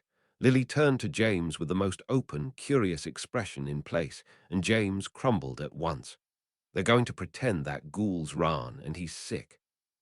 Not sure of the disease personally that causes giant purple pustules, but I'm sure it's quite horrible. See, Prongs, this is why we stopped telling you about our pranks in advance the last year of school, Sirius sighed in disappointment at his best mate. You would have told the head girl. So instead you just informed him of his part at the last second, and he went along anyways. Oh, the tragedy. Lily rolled her eyes at him. We missed him deeply during the strategy sessions, Remus pouted. I regret nothing, James shrugged, slinging an arm over the back of the couch to catch at her hair and playing with it as she continued with a pleased smile. Quite, yes, Remus nodded along. That was something for the books. I'll bet the twins cooked this up, Sirius smirked. Ron's plenty capable of causing this kind of trouble all his own. Lily rolled her eyes. Oh, I remember where I've heard of Spattergroit. James suddenly brightened. It's suspected to be the reason why no one can remember the Quidditch Cup of 1877. Maybe that's where Ron heard of it, some edition of Quidditch through the ages, Harry agreed. Sounds awful, Lily swallowed painfully at the idea. I can't get over how great this story is. Ron should be a writer, Remus chuckled. There it is, Sirius nodded finally in understanding. He'd been very confused about that part. I'm sure they already know, James promised, gripping Harry's shoulder tightly. He always took comfort his son had never really been alone because of such great friends. Trash! All five of them muttered at once, unsure of Hermione not just chucking it out the window for all the good it was. It didn't matter if Lockhart had actual facts in that book. The parchment was tainted by his name. That one was a no-brainer, Harry rolled his eyes, as that's essentially what he'd done with his Lily, and James flinched particularly hard at that reminder, though there wasn't a relaxed face in the room in that moment. Lily's whole jaw was chattering by the end of having finished that, though she wasn't cold, not really. Harry longed to say anything to take that presence from her, but there was nothing he could say to alter his reality they were enduring themselves through. I don't think he'd automatically assume that, James tried his best to say in an offhand voice. Who's to say you haven't visited before, had the Weasleys or even Dumbledore take you, before Voldemort even came back to power? Yeah, Harry whispered, but there was no force in his voice for or against the idea. His eyes were completely distant as he stared at his parents, as if suddenly he couldn't see anything but tombstones. Lily put even more force into her voice as she swept past this gruesome topic. Sirius didn't quite manage to swallow past the lump in his throat, so his voice came out shotty. Two bad Prongs couldn't have whispered that to you then. He hadn't meant to say it like a question. It should have been a statement, but none of them could even answer honestly if they wanted to hear of Harry doing such a thing. It had never been a question to them, because Harry had all the memories of his parents right here in this room, even one in another graveyard. Why go see the place where bodies with no life would be buried? They'd always swore they wanted to hear of everything in Harry's life, but could they really get through this one? Lily still wouldn't dwell on it when she didn't have to. She wasn't going to say anything for or against the idea either way, and kept going. Sirius flinched and sunk low into his seat, while Remus and James very obviously didn't look at him. Lily didn't even notice. She was so focused on trying to change the subject, and eagerly continued now that it had. Harry did, his mind tingling with something as he watched his godfather, but couldn't quite place why. Great, that's like running an errand backwards, Remus rolled his eyes. Best to not gamble with those odds, though, James sighed. He had every intention of going out to that lake and somehow checking the Horcrux when they got out of here. Hopefully it hadn't been taken by this person yet, and they wouldn't have this problem. He says it with such surprise. Lily managed a giggle that was only slightly hard to force out. After all this time, I don't ever question how Hermione got her hands on any books. As if anyone said it was, James snorted with an honest eye roll. This was making him feel better, Hermione acting silly over something like that. That girl is the absolute definition of brilliant. Remus blinked for a few moments before they all laughed. It was rather subdued after such a grim topic, but none of them would pass up the opportunity to laugh when it was needed. I'm sure he's applauding you for your effort. I am now, Sirius said, and indeed even began to do so just so someone would for the girl. Gross, James said with chipper. Sirius holds all books like that, Remus smirked. That's disturbing, Lily muttered, going wide-eyed at the thought. It would have been removed by the time she'd stepped into school, but that wasn't much comfort of how many others could have put their hands on it in the meantime. A school be damned. Some things shouldn't be available to learn in there. Is that why he looks so? Remus grasped at words to describe the despicable creature Voldemort had become. Part of it might be from being reincarnated after his body was destroyed, Harry offered. But you're probably right, Moony. I imagine ripping your soul up like that would do something to you physically as well. James nodded along. Surely your body would suffer some effects from that as well. I bet they didn't even come with a warning label for the cosmetics part, Sirius shivered. Didn't see that one coming, Lily said, straightening up with hope. As long as it's only to the person being put back together, and not the one doing it to them, James stated with an unpleasant smile. They all fell back in their seats with disappointment. None of them had even realized they'd sat up in anticipation for some easier way to fix this. Now it was gone before they could even hope for it. Maybe, Sirius drew the word out in disbelief. It would have to be some fantastical event, though, like kicking a puppy. Should I be worried you consider that a higher crime than murder? Lily asked. Nah, you can't use those to make Horcruxes anyways. It was specifically said murder, Sirius returned with a straight face. Lily scowled at him for the mock threat. Trelawney's specialty, perhaps, Remus snorted. I don't know whether to scream luck or fate. James blinked in confusion. Lily shushed him while she got out the whole explanation just to make sure. Actually, if you think about it, the basilisk down in the chamber is kind of dumb. The very thing that could kill his Horcrux is the Guardian. Remus suddenly realized. I don't think Riddle put it down there. I thought Slytherin did. James returned. Nah, basilisks don't live that long. Riddle most likely put it down there when he discovered the chamber. Sirius shrugged. Actually, if you remember, Lily pointed out, he had no plans for his diary to go back to the school without his knowledge. He was mad when Lucius did it. So most likely when he went back to let the basilisk loose, he was either going to dispose of it, so it couldn't be a danger to him anymore, or move it elsewhere. Let's just be happy he used Nagini instead of that thing as his final Horcrux. Harry shivered. You do know where a large supply of them are, though, Remus helpfully reminded him. Would they still work after all this time? Harry asked eagerly, wondering if that wasn't the hopeful feeling he had for this being mentioned. Absolutely, Remus cautioned with clear warning. Like with Aragog, many a venomous beast are still dangerous after their death.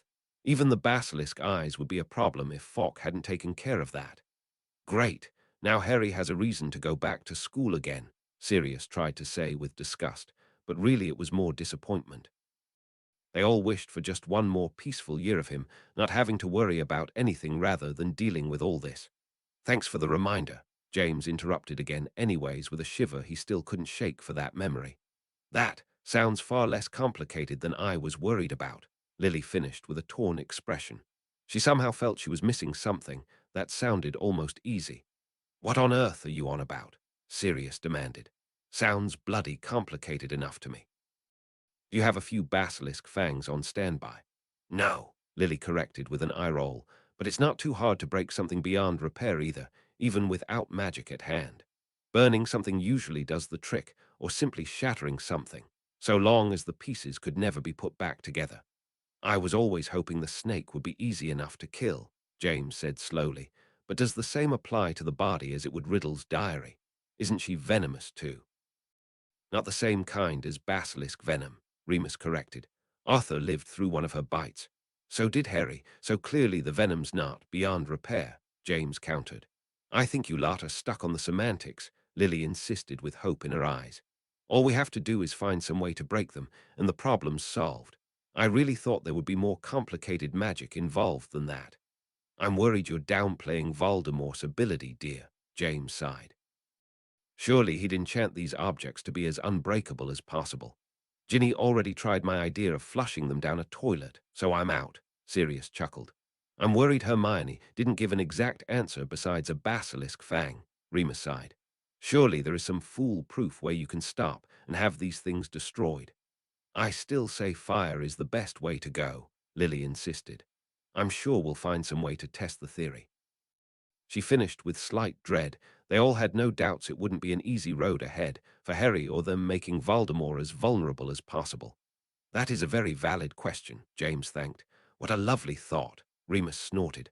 I think you've imagined doing that to me one too many times to be saying that, Sirius muttered in concern. I haven't gone through with it, he told with a straight face. Yet, James smirked. That's comforting, Lily sighed with even more relief. This finally sounded doable now that they even had the slimmest form of an answer on hand. James gave a savage nod of remembrance, even as his skin crawled for how close that had come to being his son. Well then, let's keep that locket away from Sirius when we find it. Merlin knows how emotional he gets attached to his jewelry, Remus snickered. I do agree. It doesn't seem much of a problem in the general sense. That diary was unique, Lily nodded. Oh, Harry, Lily sighed, reaching out to squeeze his hand for a moment.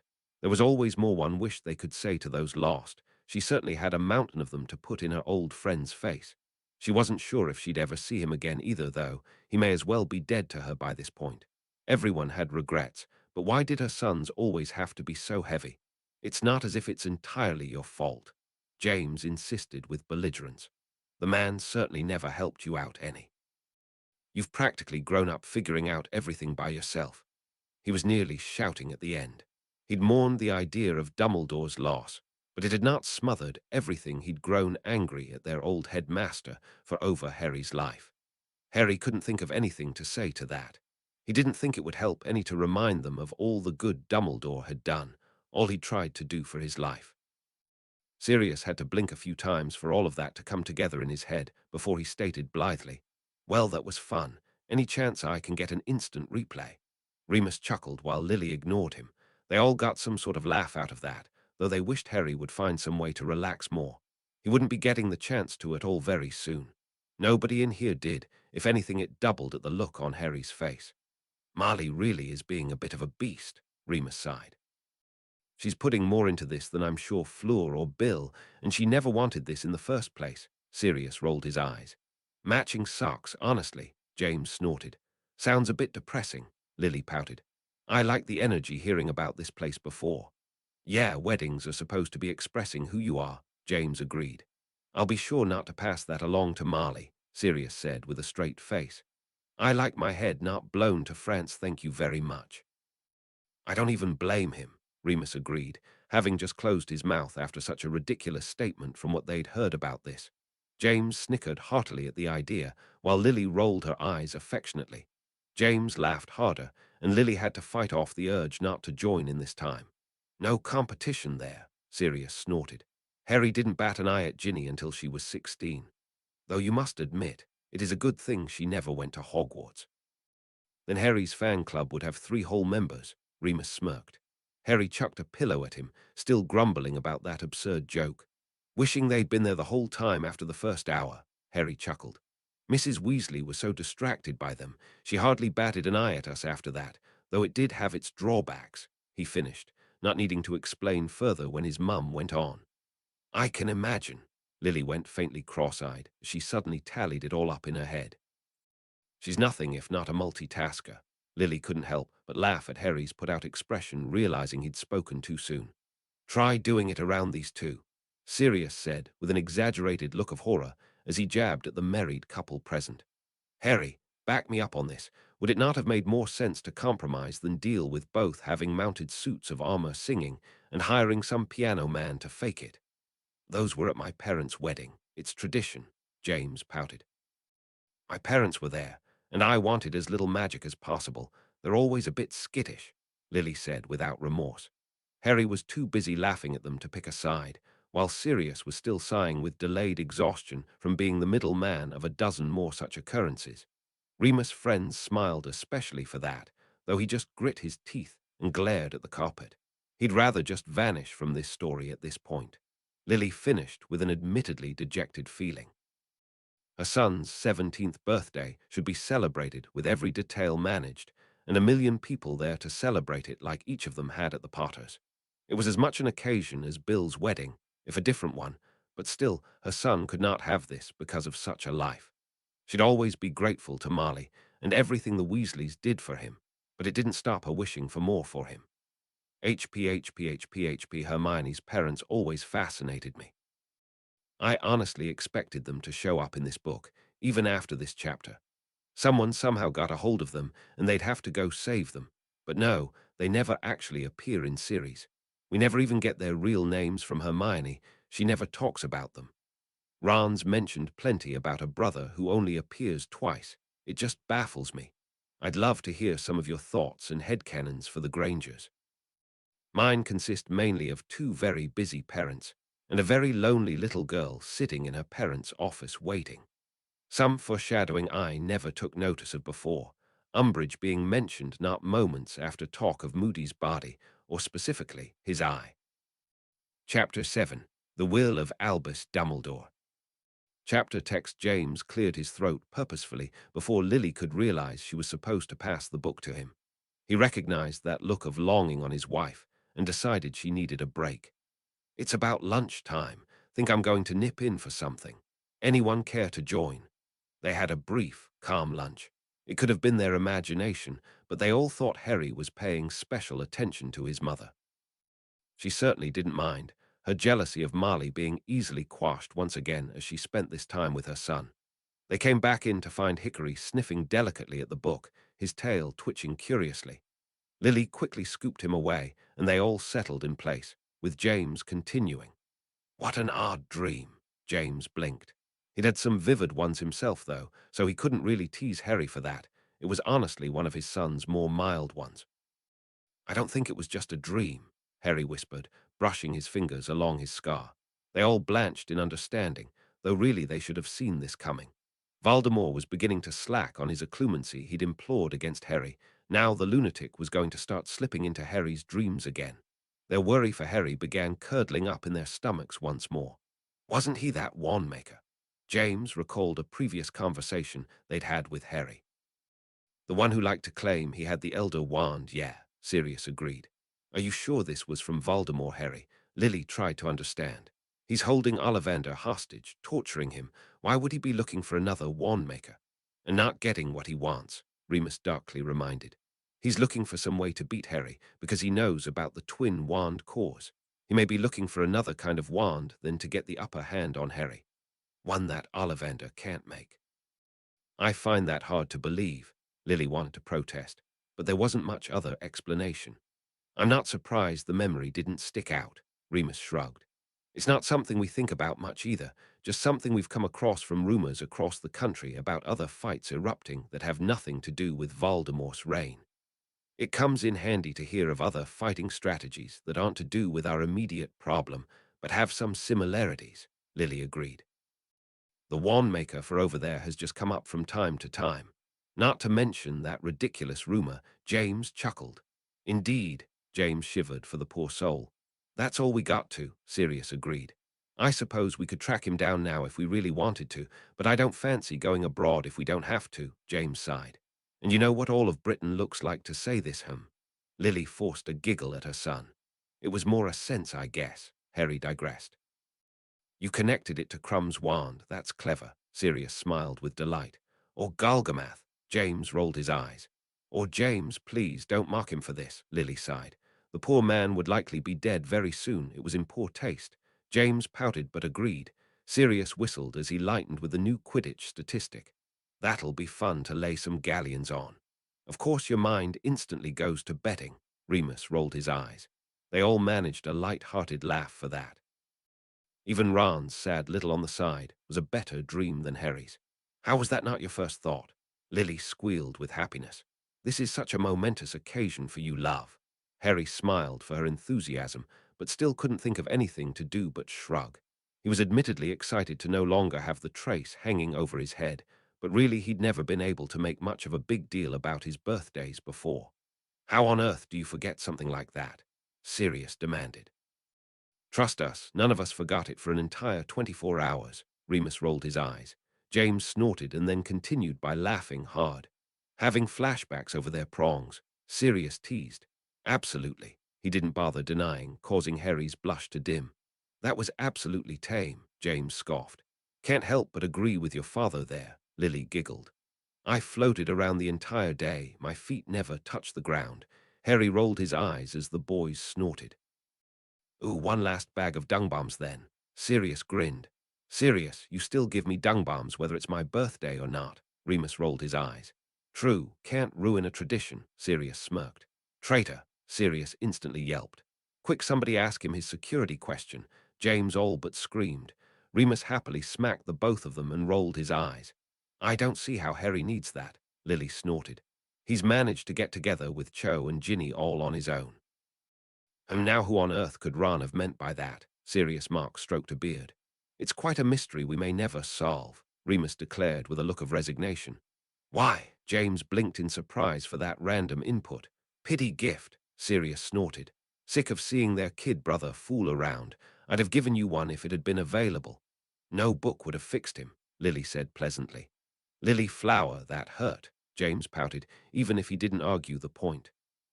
He knew it was personal growth he'd never have found in pages that had finally given him a chance with his wife. Harry's eyes widened, his hands settling protectively over this very same watch he wore now, the rush of warmth for such a memory being returned almost leaving him winded. He'd known from the very beginning this was a precious object to him. Now he finally understood why. Lily fought back another wave of tears as she stroked her son's hair.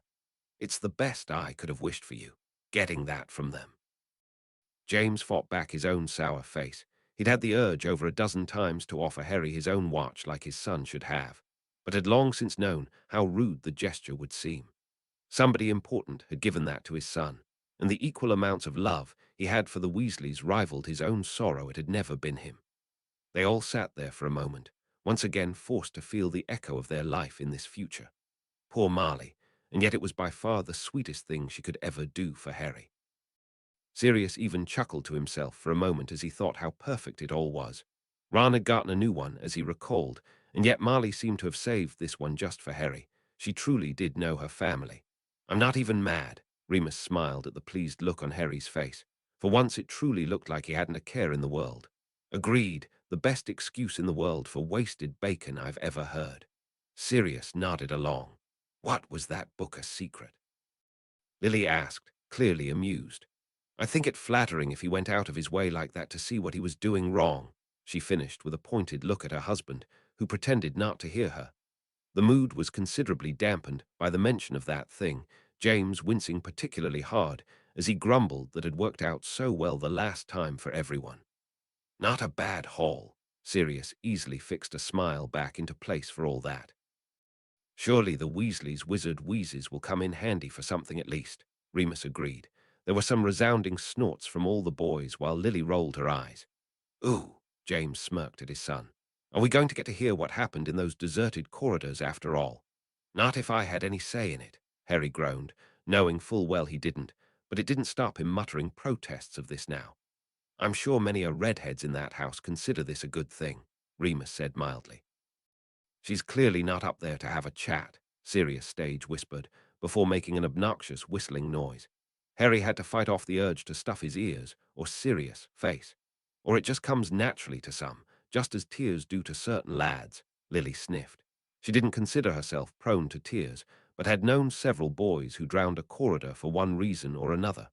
Please tell me she got you a giant gold chain with my sweetheart on it, James pleaded with the universe. Harry elbowed him in the side hard. I hope Ron and Hermione got that memo, Remus snorted. Probably for the best, James said with a bit of relief. That was heading for way more detail than I ever would have wanted. Anyone want to place bets on who barged in? Sirius asked with a giddy smirk. Ron or Marley? Both. There's really no good answer for that, James shrugged. Harry hadn't heard a single word. The look of euphoria on his face now meant the house could have burned down, and he was too lost in such a happy memory to notice. Bet you're wishing she'd always given you a birthday present like that right now, Sirius snickered. Harry couldn't help but smile and twirl the ring on his finger about. He had no proof it was Ginny who owned its twin, but he certainly hoped it in this moment. I don't think that would go over well, Remus snorted. Works fine for me, James smirked. Yes, then I'm the one who has to hear about it for the rest of the day, Remus rolled his eyes while Sirius looked unrepentant. I suppose, Lily sighed, though she wasn't happy about it if this was how Harry was going to leave things. How had this private moment gone worse than breaking up at a funeral? Does she think he's going to hit you? James asked in surprise. Is he going to hit you? Lily yelped when Harry didn't answer. He just shrugged, that long-ago battle of Ron and Ginny now seeming much more current in his mind than back when he was actually dating Ginny. She started it, Sirius protested at once. Yes, I'm so sure Ron sees it that way, Remus said in exhaustion. Clearly he'd heard one too many exes having some far too similar fight with Sirius about this. Lily rolled her eyes at Ron's term without the boys even noticing. There was no harm in a little messing around as long as both parties knew where they stood, and Ginny clearly had. Rude, James huffed. To be fair, it actually isn't any of her business, Remus shrugged. It's hardly Ron's either. It's between Harry and Ginny, Lily sniffed. Harry's hand clenched tight around his ring, protectively even, but suddenly his confidence was wavering. What if this wasn't a wedding ring at all, as he'd assumed? Who knew what he'd been doing when he'd landed here? At this rate, it seemed obvious it wasn't Ginny, but he couldn't even imagine it being anyone else. SHH, it's okay, love. Lily quickly began soothing such a troubled look. Despite dating a few others, it seems obvious she's waited this long for you. I am absolutely sure she'll wait as long as it takes for you to finish this. Yeah.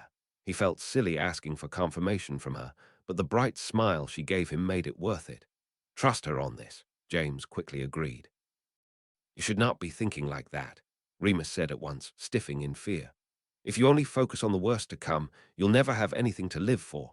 Harry was jolted out of his own bleak thoughts to stare at him hard for a moment before nodding to himself thoughtfully. Yeah, I hope I realize that, he whispered, twisting the ring again, the only link he had to what he'd left behind. That's to be expected in this situation. Sirius crinkled his nose, not envying Ron's position. Aura, James balked. What will the dragons think? I thought it was Bill's ponytail she hated. Lily giggled. Oh, she had plenty to say about his as well, Harry chuckled. Always going on about how shaggy it was, claimed he'd never be able to see a thing with it always in his eyes. It was then, as the two last names were put beside each other in such a domestic setting, Sirius' eyes suddenly brightened, and he snapped his fingers. They all instantly knew this was going to be good. I've just realized. He burst so loud he startled everyone in the room. We shouldn't even be calling her Tonks anymore. We should be calling her Lupin. Remus hesitated, still torn over the very idea a woman like her had really married him and grasped all that came with. She seemed young, naive, and he was a selfish fool for allowing this to go as far as it had. By the time she realized her mistake, it may even be too late. He couldn't share that with anyone here, though. No one would listen to him. They'd just tell him the same old nonsense. They didn't understand it was different to be the friends they were and share something like his name. So he cleared his throat and instead did his usual fallback. He made a joke. Padfoot, how on earth would I explain that to my many adoring fans? Perhaps they should get special names as well, Wolfstars perhaps. Lily was so stunned by what he just said, she didn't realize what she returned with until it was far too late. Are you effing serious? Then she closed her eyes in pain, waiting for the expected joke, but instead, I reserve the right not to answer that, Remus said with dignity. Lily's eyes flew open. She stared at him for a moment. It was impossible to know if it was the unexpectedness or the sincerity of his tone, but then she cracked up laughing. Ha! Sirius jumped to his feet and gestured wildly at her. Finally, I win, she laughed at it. Thank you. Technically, I got her too. You weren't the one, so I win, Remus returned with a smirk. Mooney, Sirius couldn't stop smirking even as he narrowed his eyes. You are ruining the best moment of my life. Lily was still giggling incoherently, James patting her sympathetically on the shoulder as he explained to Harry. They've had a bet running for years she'd never laugh at one of his serious jokes. I'll admit that was a new one even on me as well, but I wouldn't have thought how she'd react to that. What did the winner get? Harry asked, Sirius and Remus still bickering loudly over the technicalities of the win. Bragging rights of being the most clever of us, James rolled his eyes. Ridiculous, really. I still think I win that on principle for getting the woman to marry me with a straight face. Lils, come on, back me up here. Sirius stormed over to her side and nudged her to get her to focus. You laughed because it's an association of my joke that I've been doing my whole life. I win, but I'm the reason she laughed at it, Remus protested, more humor and life in his face than anyone had managed in here in quite some time. You may have started the joke, but I perfected it. You're both idiots, James sighed. Lily had to swallow several more moments of laughter before finally declaring, Remus. Asterisk, no, Sirius protested at once. I demand a retrial. Sorry, love. Lily still couldn't fight off a smile at his scowl as he hovered over her. He is the reason I can't rightly breath right now. I hate all of you, he cried as he sat on the arm of his seat and glared out of the room rather than sitting down next to his traitorous friend. Love you too, Padfoot, Remus declared cheerfully. Now don't ever forget why I'm the favorite marauder. I still disagree with that part. James shook his head purposefully, while Lily pressed her lips together, her shoulders still shaking with mirth. James gave her a calculating look, already a new bet in mind forming of how to get her to admit to this as he slowly turned back to the book. I never got used to thinking of Mad Eye's eye, Remus agreed. This will be just as weird. Those should come naturally. Lily finally found a straight face again and an eye roll. You really are a good friend, James chuckled. I never can manage such a thing, he finished with a fond look at his beloved redhead. I had Quidditch-themed birthdays my whole life, James beamed. Think it was my mum's mission to do as many different things with that as she could. Snitches were my 7th.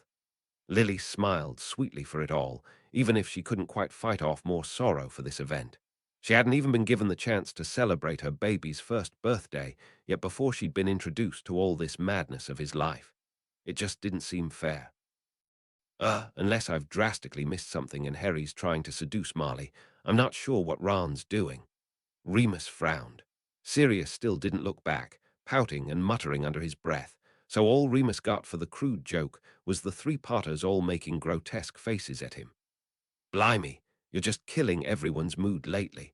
James frowned in genuine concern for what this could be about. Sirius couldn't hold back and did look at his friend now, swallowing painfully for even the idea of whatever ordeal this was Moony seemed to be going through. Lily ruined his sympathy by blithely pointing out, not mine, and since Tonks doesn't seem worried about him, I'm sure he's overreacting to something, like usual. Gee, thanks, Lil, Remus scowled. Oh yes, it was so bland it's just became foggy by now, James snorted. I haven't, all 5 of them said with bliss. I think that's your tell, Remus chuckled. You 3 really need to come together more if you're going to start fooling more people. I don't see it being an issue very soon, Harry sighed. He couldn't imagine having to lie to too many more people about his whereabouts soon. Ooh, that's the second best gift Hagrid's ever given you. James bounced happily in his seat, clearly in agreement with the gamekeeper about their value. After his first birthday, of course, Sirius grudgingly agreed, smiling at James again, but still ignoring the other 2. I still wish we could hear more about him.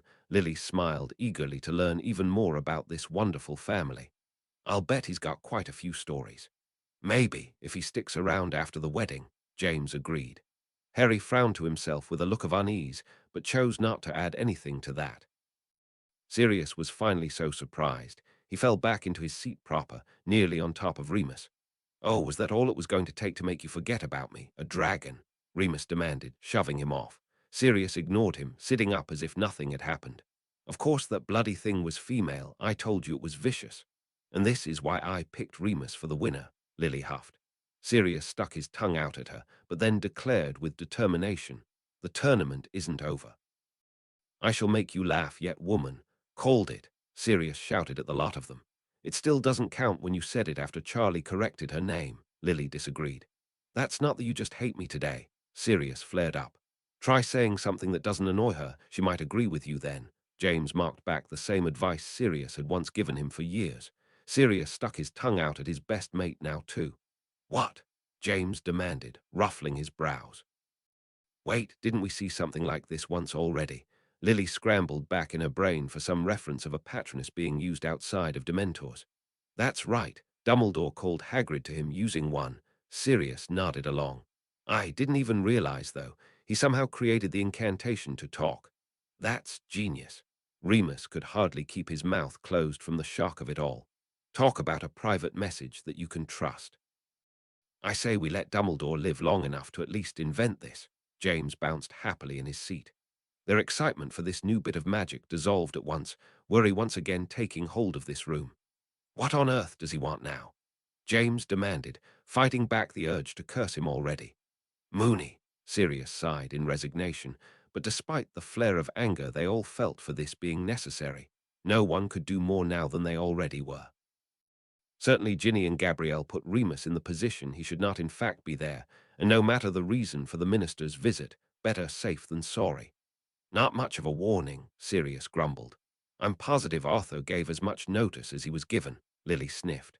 That seems to be going around a lot, Remus sighed, not particularly in sympathy for Scrimgeour, but everyone living in that time. If you were really sorry, you wouldn't have done it, Lily sniffed. Oh, here we go again, James groaned. Marley asking was one thing, now everyone thinks it's their business, Lily seethed. Does anyone else find it convenient he chose today, the day Harry no longer needs an adult there? Sirius scowled. Not that this has ever stopped him before, James grumbled. Now I'm wondering, though, how. Remus couldn't help but mutter quietly, as if he still feared the minister would spot him there. I really don't find it that much of a stretch to the imagination, Sirius sighed. Scrimgeour knew Harry was doing something with Dumbledore last year. Now that he's gone, the logical leap seems to be Harry would take over. As if divide and conquer would ever work on them, James rolled his eyes. Harry's not going to let Scrimgeour call the shots, Lily agreed with confidence. Remus and Sirius high-fived and smirked, as if they'd just gotten away with some masterful prank, while Harry smiled indulgently at them. He'd long since stopped letting people tell him what to do. Oh, so he does have intelligence, Lily smirked. No, we did not know that, James muttered, gazing in confusion at the words. Not to seem indelicate, Lily twirled a bit of hair around her fingers as she thought this through, but could Scrimgeour be lying? I can't see him leaving anything to Harry, really. Not to mention, it doesn't explain why Ron and Hermione are there, Sirius nodded along. Wow, what on earth is going on here? Remus sat up straighter in his seat, eyes narrowing with confusion. Something more interesting than a razor for his birthday, James said slowly. I can't imagine anyone from the ministry would come around to the Dursleys to do this. They still don't like getting involved in Muggle households if they can manage. Lily shrugged. That wasn't too odd. Plus, after that Death Eater catastrophe, and surely the ministry cleaning up a bit of that mess, I guess they just got to it at, this convenient timing, James finished with a much more accusatory tone. No, they did not, James snapped. I don't believe for one second whatever Dumbledore left Harry is entitled to anyone but him. Lily's eyes widened in surprise before a smile flitted across her face. That's new. Quite a smart thing to have been enacted as well considering, but clearly not being put to any good use, Sirius scowled, and Lily deflated as she acknowledged the circumstances she was hearing of this. You know, I can really see why Ron fell in love with her in moments like this, Sirius smirked with pride. She does have a way of putting anyone in their place, James agreed. A formidable woman for sure, he finished with a loving smile at his wife, whose expression was still simmering in frustration for this. Nah, she's just that smart about everything, Remus smirked. Oh shit. Sirius nearly fell out of his seat laughing at Hermione's quick wit. Is it awful of me? I almost wish this law will never come into play now. James huffed. All laws can be abused by both sides when interpreted wrong, Lily sighed. They should still be implemented when they can for the good of those it will help. Now you're trying to start a whole argument of us versus them, Remus grumbled. It's not that surprising, Sirius arched a brow, blasted where Scrimgeour could be going with this. None of the students are particularly close to him. Hell, we see him outside of school now, and I wouldn't claim much attachment. I think Harry would be the cap, James agreed with a torn expression. He still wasn't sure how he felt about that. Remus frowned and looked out the window, trying to fight back the bitter comment rising in him. He'd always felt special in the eyes of his headmaster for being allowed to attend his school, but recent events of how he treated another memorable student in Harry left him feeling quite resentful of the idea of being singled out.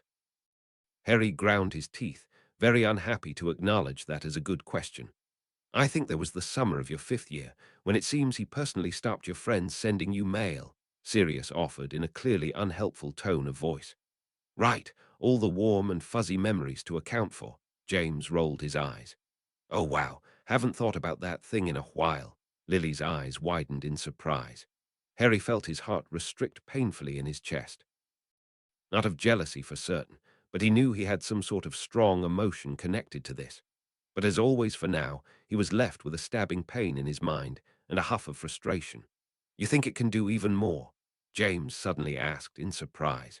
Was he trying to pass along other things to help find the Horcruxes and thought it would look too obvious to leave them all to Harry? I don't see how. Remus had his head tilted to the side as he thought about it. Nor why Dumbledore wouldn't have mentioned something so important. Remus, that's been the definition of the Dumbledore we've been hearing of, Sirius huffed. And he's not even lying, Lily huffed, blowing hair out of her face. Thank Merlin, or we'd be in trouble, James smirked. Harry startled in surprise, while those around him laughed. Well, I guess this is why you picked that book out of your room, James said, clearly bemused. Left an impression of Hermione reading it to you. Yeah, I guess so, Harry murmured, his eyes wide as saucers as he tried to understand why the longer this went on, the more monumental his déjà vu was rising. He knew, without a single doubt, this would be important later as more than some silly kid stories. Ooh, Lily couldn't help but coo. Why am I not surprised Hermione got so emotional over a book? James fought everything he had to say that with a straight face, instead of flamboyant laughter. Harry swatted at him anyways. Isn't it her deepest desire to read every one of them twice? Sirius asked innocently. She's got to be at least a quarter of the way there by now, Remus snorted without remorse. Only got a couple million to go. Yes, because I always put secret meanings in my kids' stories, Sirius said redundantly. I doubt your doubts, James said at once. For all their teasing, no one would deny Hermione was the brightest of them all. She still rubbed them the wrong way when she put those smarts over others' feelings from time to time, but none of them could have ever asked for a better friend for Harry in Ron and Hermione. Harry beamed around at his family as he felt all this. The words didn't need to be spoken. It was clear as day in the fondness they spoke of them. James muttered in confusion. I mean, that's cool, Sirius said fairly. Yeah, Prongs had to nick his and get detentions when he was caught. You just got one. Remus offered, but they all had perplexed looks on their faces for this madness. Why do I feel like we've just been handed 3 separate riddles? Lily sighed. You clearly took those words to heart, Sirius snorted. Harry swallowed painfully. He couldn't even put into words himself how monumental this item felt to him. His mind had frozen in place for the last few paragraphs until this moment where it went into a quick flashback, and his anticipation for something happening grew. Yes, and we wish you'd stop, James huffed. James snorted almost painfully. Oh yes, you've certainly cracked that secret code. Can't be that my son's the best damn seeker ever. Dad, Harry muttered with a slight blush. Should I be concerned I just mimicked Hermione? James turned to ask Sirius before he could point it out. Nah, Sirius waved off. Truer words never spoken, mate, even twice. I didn't even know they could open. Lily ruffled her brows in confusion. I'd have always assumed. I don't know. There wasn't anything to put in. No, they can be. They're hollow, and they have flesh memories, James happily explained. It can identify the first human who ever laid hands on it, handy since those who create them wear gloves, so if ever there was disputes of who caught the snitch first came up, this would be the way to finalize it. Impressive, Lily acknowledged, though I still don't see how Scrimgeour thinks Dumbledore's trying to slip Harry something in it. Well, let's find out, Harry said with clear eagerness. He had no doubts that's exactly what had happened. They got a quiet laugh out of that, Sirius even muttering how he wished Hermione would show up just so he could have some fun with that. Well, we already know she's read Quidditch through the ages, James reminded Harry's lapse in knowledge. So I'm not surprised she knows some fun facts about the sport, no matter how much she claims to dislike it. Why should you care about that? Sirius asked with confusion. I wouldn't want Scrimgeour knowing something Dumbledore only wanted Harry to see. Lily scoffed at him not paying attention. The boys all exchanged bemused looks, but James decided not to leave her in suspense. But unless Harry tries to swallow it, I don't think him holding it will be much cause for alarm in that room. Lily only had to stare for a moment before it clicked, and she nodded in understanding. Please don't tell me Hermione remembers your first capture more than you. James gaped at his son. I was more focused on what could be inside it than details, Harry admitted sheepishly. The brilliance of details, Remus snorted. How do you still manage to turn something so memorable and unique into even more of a spectacle? James bounced in his seat, now waiting eagerly for Scrimgeour to depart so they could get the real answer. Sirius cackled for his godson. Love it. Poor thing didn't get what he wants, Sirius Mark cooed. Spent all that time trying to figure something out Harry's going to get in one night. I'd say you're enjoying this too much, but honestly, he deserves it for the way he's treated Harry, Remus nodded along. Wow, James said slowly. Now that's a memorable bequest. Lily eagerly agreed. Why though? Harry asked, already knowing he had the answer somewhere in him. If he'd wanted me to have that, he certainly could have given it to me back in second year. Your answer's as good as ours, Remus sighed. He knew a few fun facts about the sword, but couldn't see why those would be any more relevant now than back when Harry could have kept it. Magic, Remus Mark whispered. It's why I'm not surprised Sirius can keep pulling so much shit from nowhere. Moony, you wound me. All of my material is ripe and fresh, Sirius smirked, while the others all made grossed-out faces for the two. I mean, Sirius scratched uncomfortably at his neck. Sorry, Harry, but she is sort of wrong on that one. Nobody but Godric himself can claim to owning that sword, and that's a nasty business itself when you look into it. Sure, any Gryffindor can summon it, but usually with the understanding it'll vanish again. It doesn't belong to anyone. Still, it was in Dumbledore's possession, and I don't see Scrimgeour having the right to not let it be passed along, Harry protested. I don't really disagree with you there, he said passively, mind clearly still elsewhere. Scrimgeour is being an arse, just the technicalities of it can get annoying. Nonsense, Harry, James protested. Those kinds of decorations get put in cases. But really though, what did happen to it then? Lily asked. Got left at the school, I'd hope, Sirius sighed. Otherwise, I'm worried it's in some stuffy old museum or Scrimgeour's office. Really? Someone should make it one that always makes things better, Remus said deadpan. James snickered in surprise, muttering, Now who's making jokes? Remus, though startled nearly out of his seat in surprise as he shouted, Basilisk venom. 4 sets of eyes already lit with understanding, even as Remus began babbling. That sword's goblin-made, which means when it's imbued with something more powerful it grows with it. We were just talking about the need to carry around basilisk fangs, but instead, all we'd need is this to literally run Voldemort right through, Sirius finished breathlessly. Him and all his Horcruxes, Lily finished excitedly. They were right, Harry could feel it in his bones. Before he could claim his excitement, it was already doused by his father's angry outburst. And Scrimgeour's refusing to give it to you. He might not know, Remus said fairly, even as he did deflate in disappointment, even having realized this didn't mean it was any kind of solution to their problem. I mean, really, in his mind Harry's just a child to be used. He probably thinks he's preserving. Well, he's wrong. Sirius blustered. Now Harry's going to have to find some way to steal that thing, making his life even harder than it already had to be. Sounds like a lot of exhausting things to get through, Lily groaned, burying her face in her hands for this potential mayhem running through her mind, and she got the feeling her imagination still wasn't going to be as bad as the reality. That's a really good question, actually, Sirius admitted with interest. Like, say, what if I drew a muggle weapon on him, like a gun? I'd imagine the same principle applies, Remus countered slowly.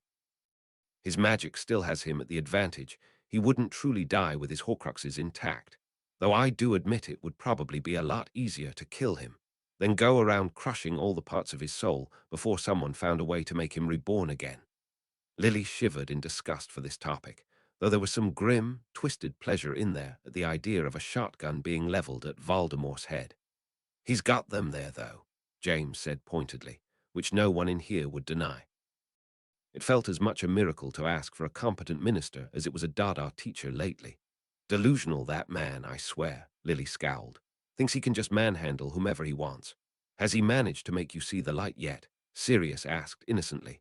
Then no, I don't think he's gone far enough yet.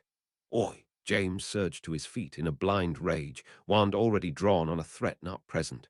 Oh yes, now I really have faith in our leadership, Lily thundered. The man can't even hold his temper. He'll pay for that one, Sirius vowed. Remus didn't disagree, but he was watching Harry with genuine worry. His earlier fear about getting tossed in Azkaban now being on the one wronged, who could just as easily get retaliation on the Minister of Magic. It took several moments for James to remember he was supposed to be the one to pick up the book and find what happened next. Remus gave a loud breath of relief while Harry crossed his arms and grumbled, but didn't particularly look like he regretted this decision. "Deck him, Harry," Sirius demanded with a pure growl in his every syllable. "I am so sick of other people telling you about your scar. Punch his bloody nose off." Harry ground his teeth together hard, but had no response for that except agreement he couldn't act on. "As if he's deserved any," James snarled. James and his son exchanged gleeful looks. "You did," James huffed. "Thank goodness they intervened," Lily said sullenly. She had a few choice words for that minister, but couldn't deny her love flared for Marley and Arthur, all the more coming to check on the kids when it was certainly needed. "Doesn't mean it didn't happen," Sirius said, in a blistering temper of his own. He visibly wouldn't have regretted anything he'd done to Scrimgeour. "I have no recollections of Dumbledore wanting that actually," Remus scratched absently at his chin without care. "In fact, he actively spent the last year avoiding you, and certainly never found much care otherwise in involving you." Lily pursed her lips tight for that. While still boiling with anger for that man's actions and treatment, she still wished with all her heart Harry would not base everyone from the ministry with that horrid mark given by one. She once proudly worked for the establishment and sought to make it better. It would never happen if there was one blanket face. "Please don't find a way to make it release dragon breath too," Sirius sighed, releasing a bit of the tension left and giving them all a reason to laugh again. Lily looked rather fond of the idea, especially as she told them, "I do wonder if Maxime will be making an appearance tomorrow. Her and Hagrid probably had some lovely times together camping." Harry grumbled and shifted uneasily in place at the mention of the word again. "More valuable than gold, I'd say." James smiled softly as he ruffled his son's hair. All of them gave rather twisted expression for the reminder of that spell and all it entailed, especially with George's wound still fresh in their mind from another of Snape's projects. "She's not wrong, though," Lily grudgingly said. "I don't like to think what some potions were originally intended for, but I know I brew them with good intent." "Yeah, I suppose," James muttered, still not sure if he wanted to insist any more Harry teach him that one. "That leaves a trace, though, once it's dissipated, plus you need some way to contain it before you use it," Remus rebutted. "And you don't have to keep restocking on it," Sirius agreed. "I'm not sure what use Dumbledore thinks you're going to get out of it, but I do find this just a touch more useful in those regards." Remus finished. "Which does indeed make it cool," James agreed, though no one had said otherwise. "Do you suppose they're all decoy items then, just so Harry could get the sword and no one would think on it?" Lily asked curiously. "Nah, I can't see Dumbledore trying that," James shook his head. "He's drawing more attention to them than if he'd just given everything to Harry." "Thing we've all been asking ourselves for what feels like ages now," Remus said desperately, that wouldn't stop tormenting him even if they did somehow manage to get those answers. He still felt crushed at how long it had taken to get them from a man he admired so much. "Surely not," Sirius puckered his brow in confusion. "This feels more like a joke, and even then, Dumbledore enjoyed a good laugh, but not about something like this." "Entirely agree," they all couldn't help but mutter at this point. "Harry's gifts actually made the most sense," Lily shook her head. "It's the other two I'm blasted about."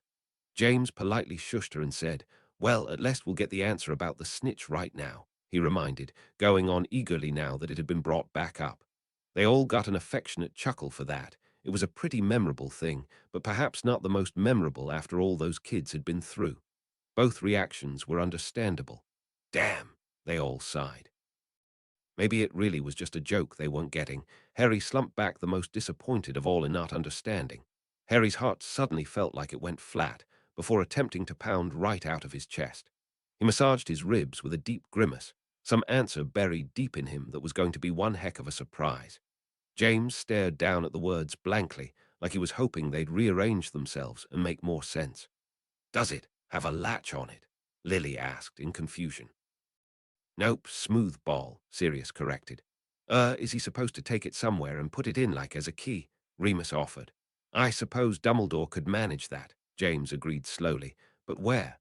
Maybe Dumbledore sealed up his office again so no one could get in. No, wait, that wouldn't work. McGonagall was in there at the end of last year," Sirius huffed, already losing his train of thought. The clothes of what?" Remus repeated in frustration. The ball's not that small. He could have finished his bloody sentence. Remember how I said he wasn't good at jokes, Sirius said deadpan. I take it back. He's too good at them, and I bloody hate riddles. Lily usually loved them, but no matter how hard she bit at her lip, she wasn't coming up with a solution to this one. James finally sighed and continued on, as always feeling like for every answer they got, it offered 20 more questions. Glad it's not just us. Remus heaved another sigh. I suppose he thought he could still make use of it, Remus began, but then shook his head with a look of frustration. No, if he was still trying to take care of the Horcruxes himself, he'd have brought it to that cave to destroy the Horcrux he thought was inside. Maybe not, Lily began. Things didn't seem to go as planned. They certainly didn't end like he thought, she finished in a small voice, before clearing her throat and ignoring the tight, scratchy feeling. Suppose he'd been wrong, he would have risked taking the sword out and having something happen to it. If, though, there had been a Horcrux there, Dumbledore likely would have wanted to take it someplace safe, go fetch the sword, and then destroy it away from the school.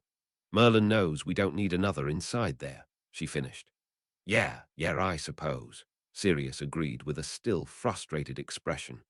That doesn't explain why he didn't mention any of this to Harry. He'd already destroyed the ring. He couldn't have bothered saying how.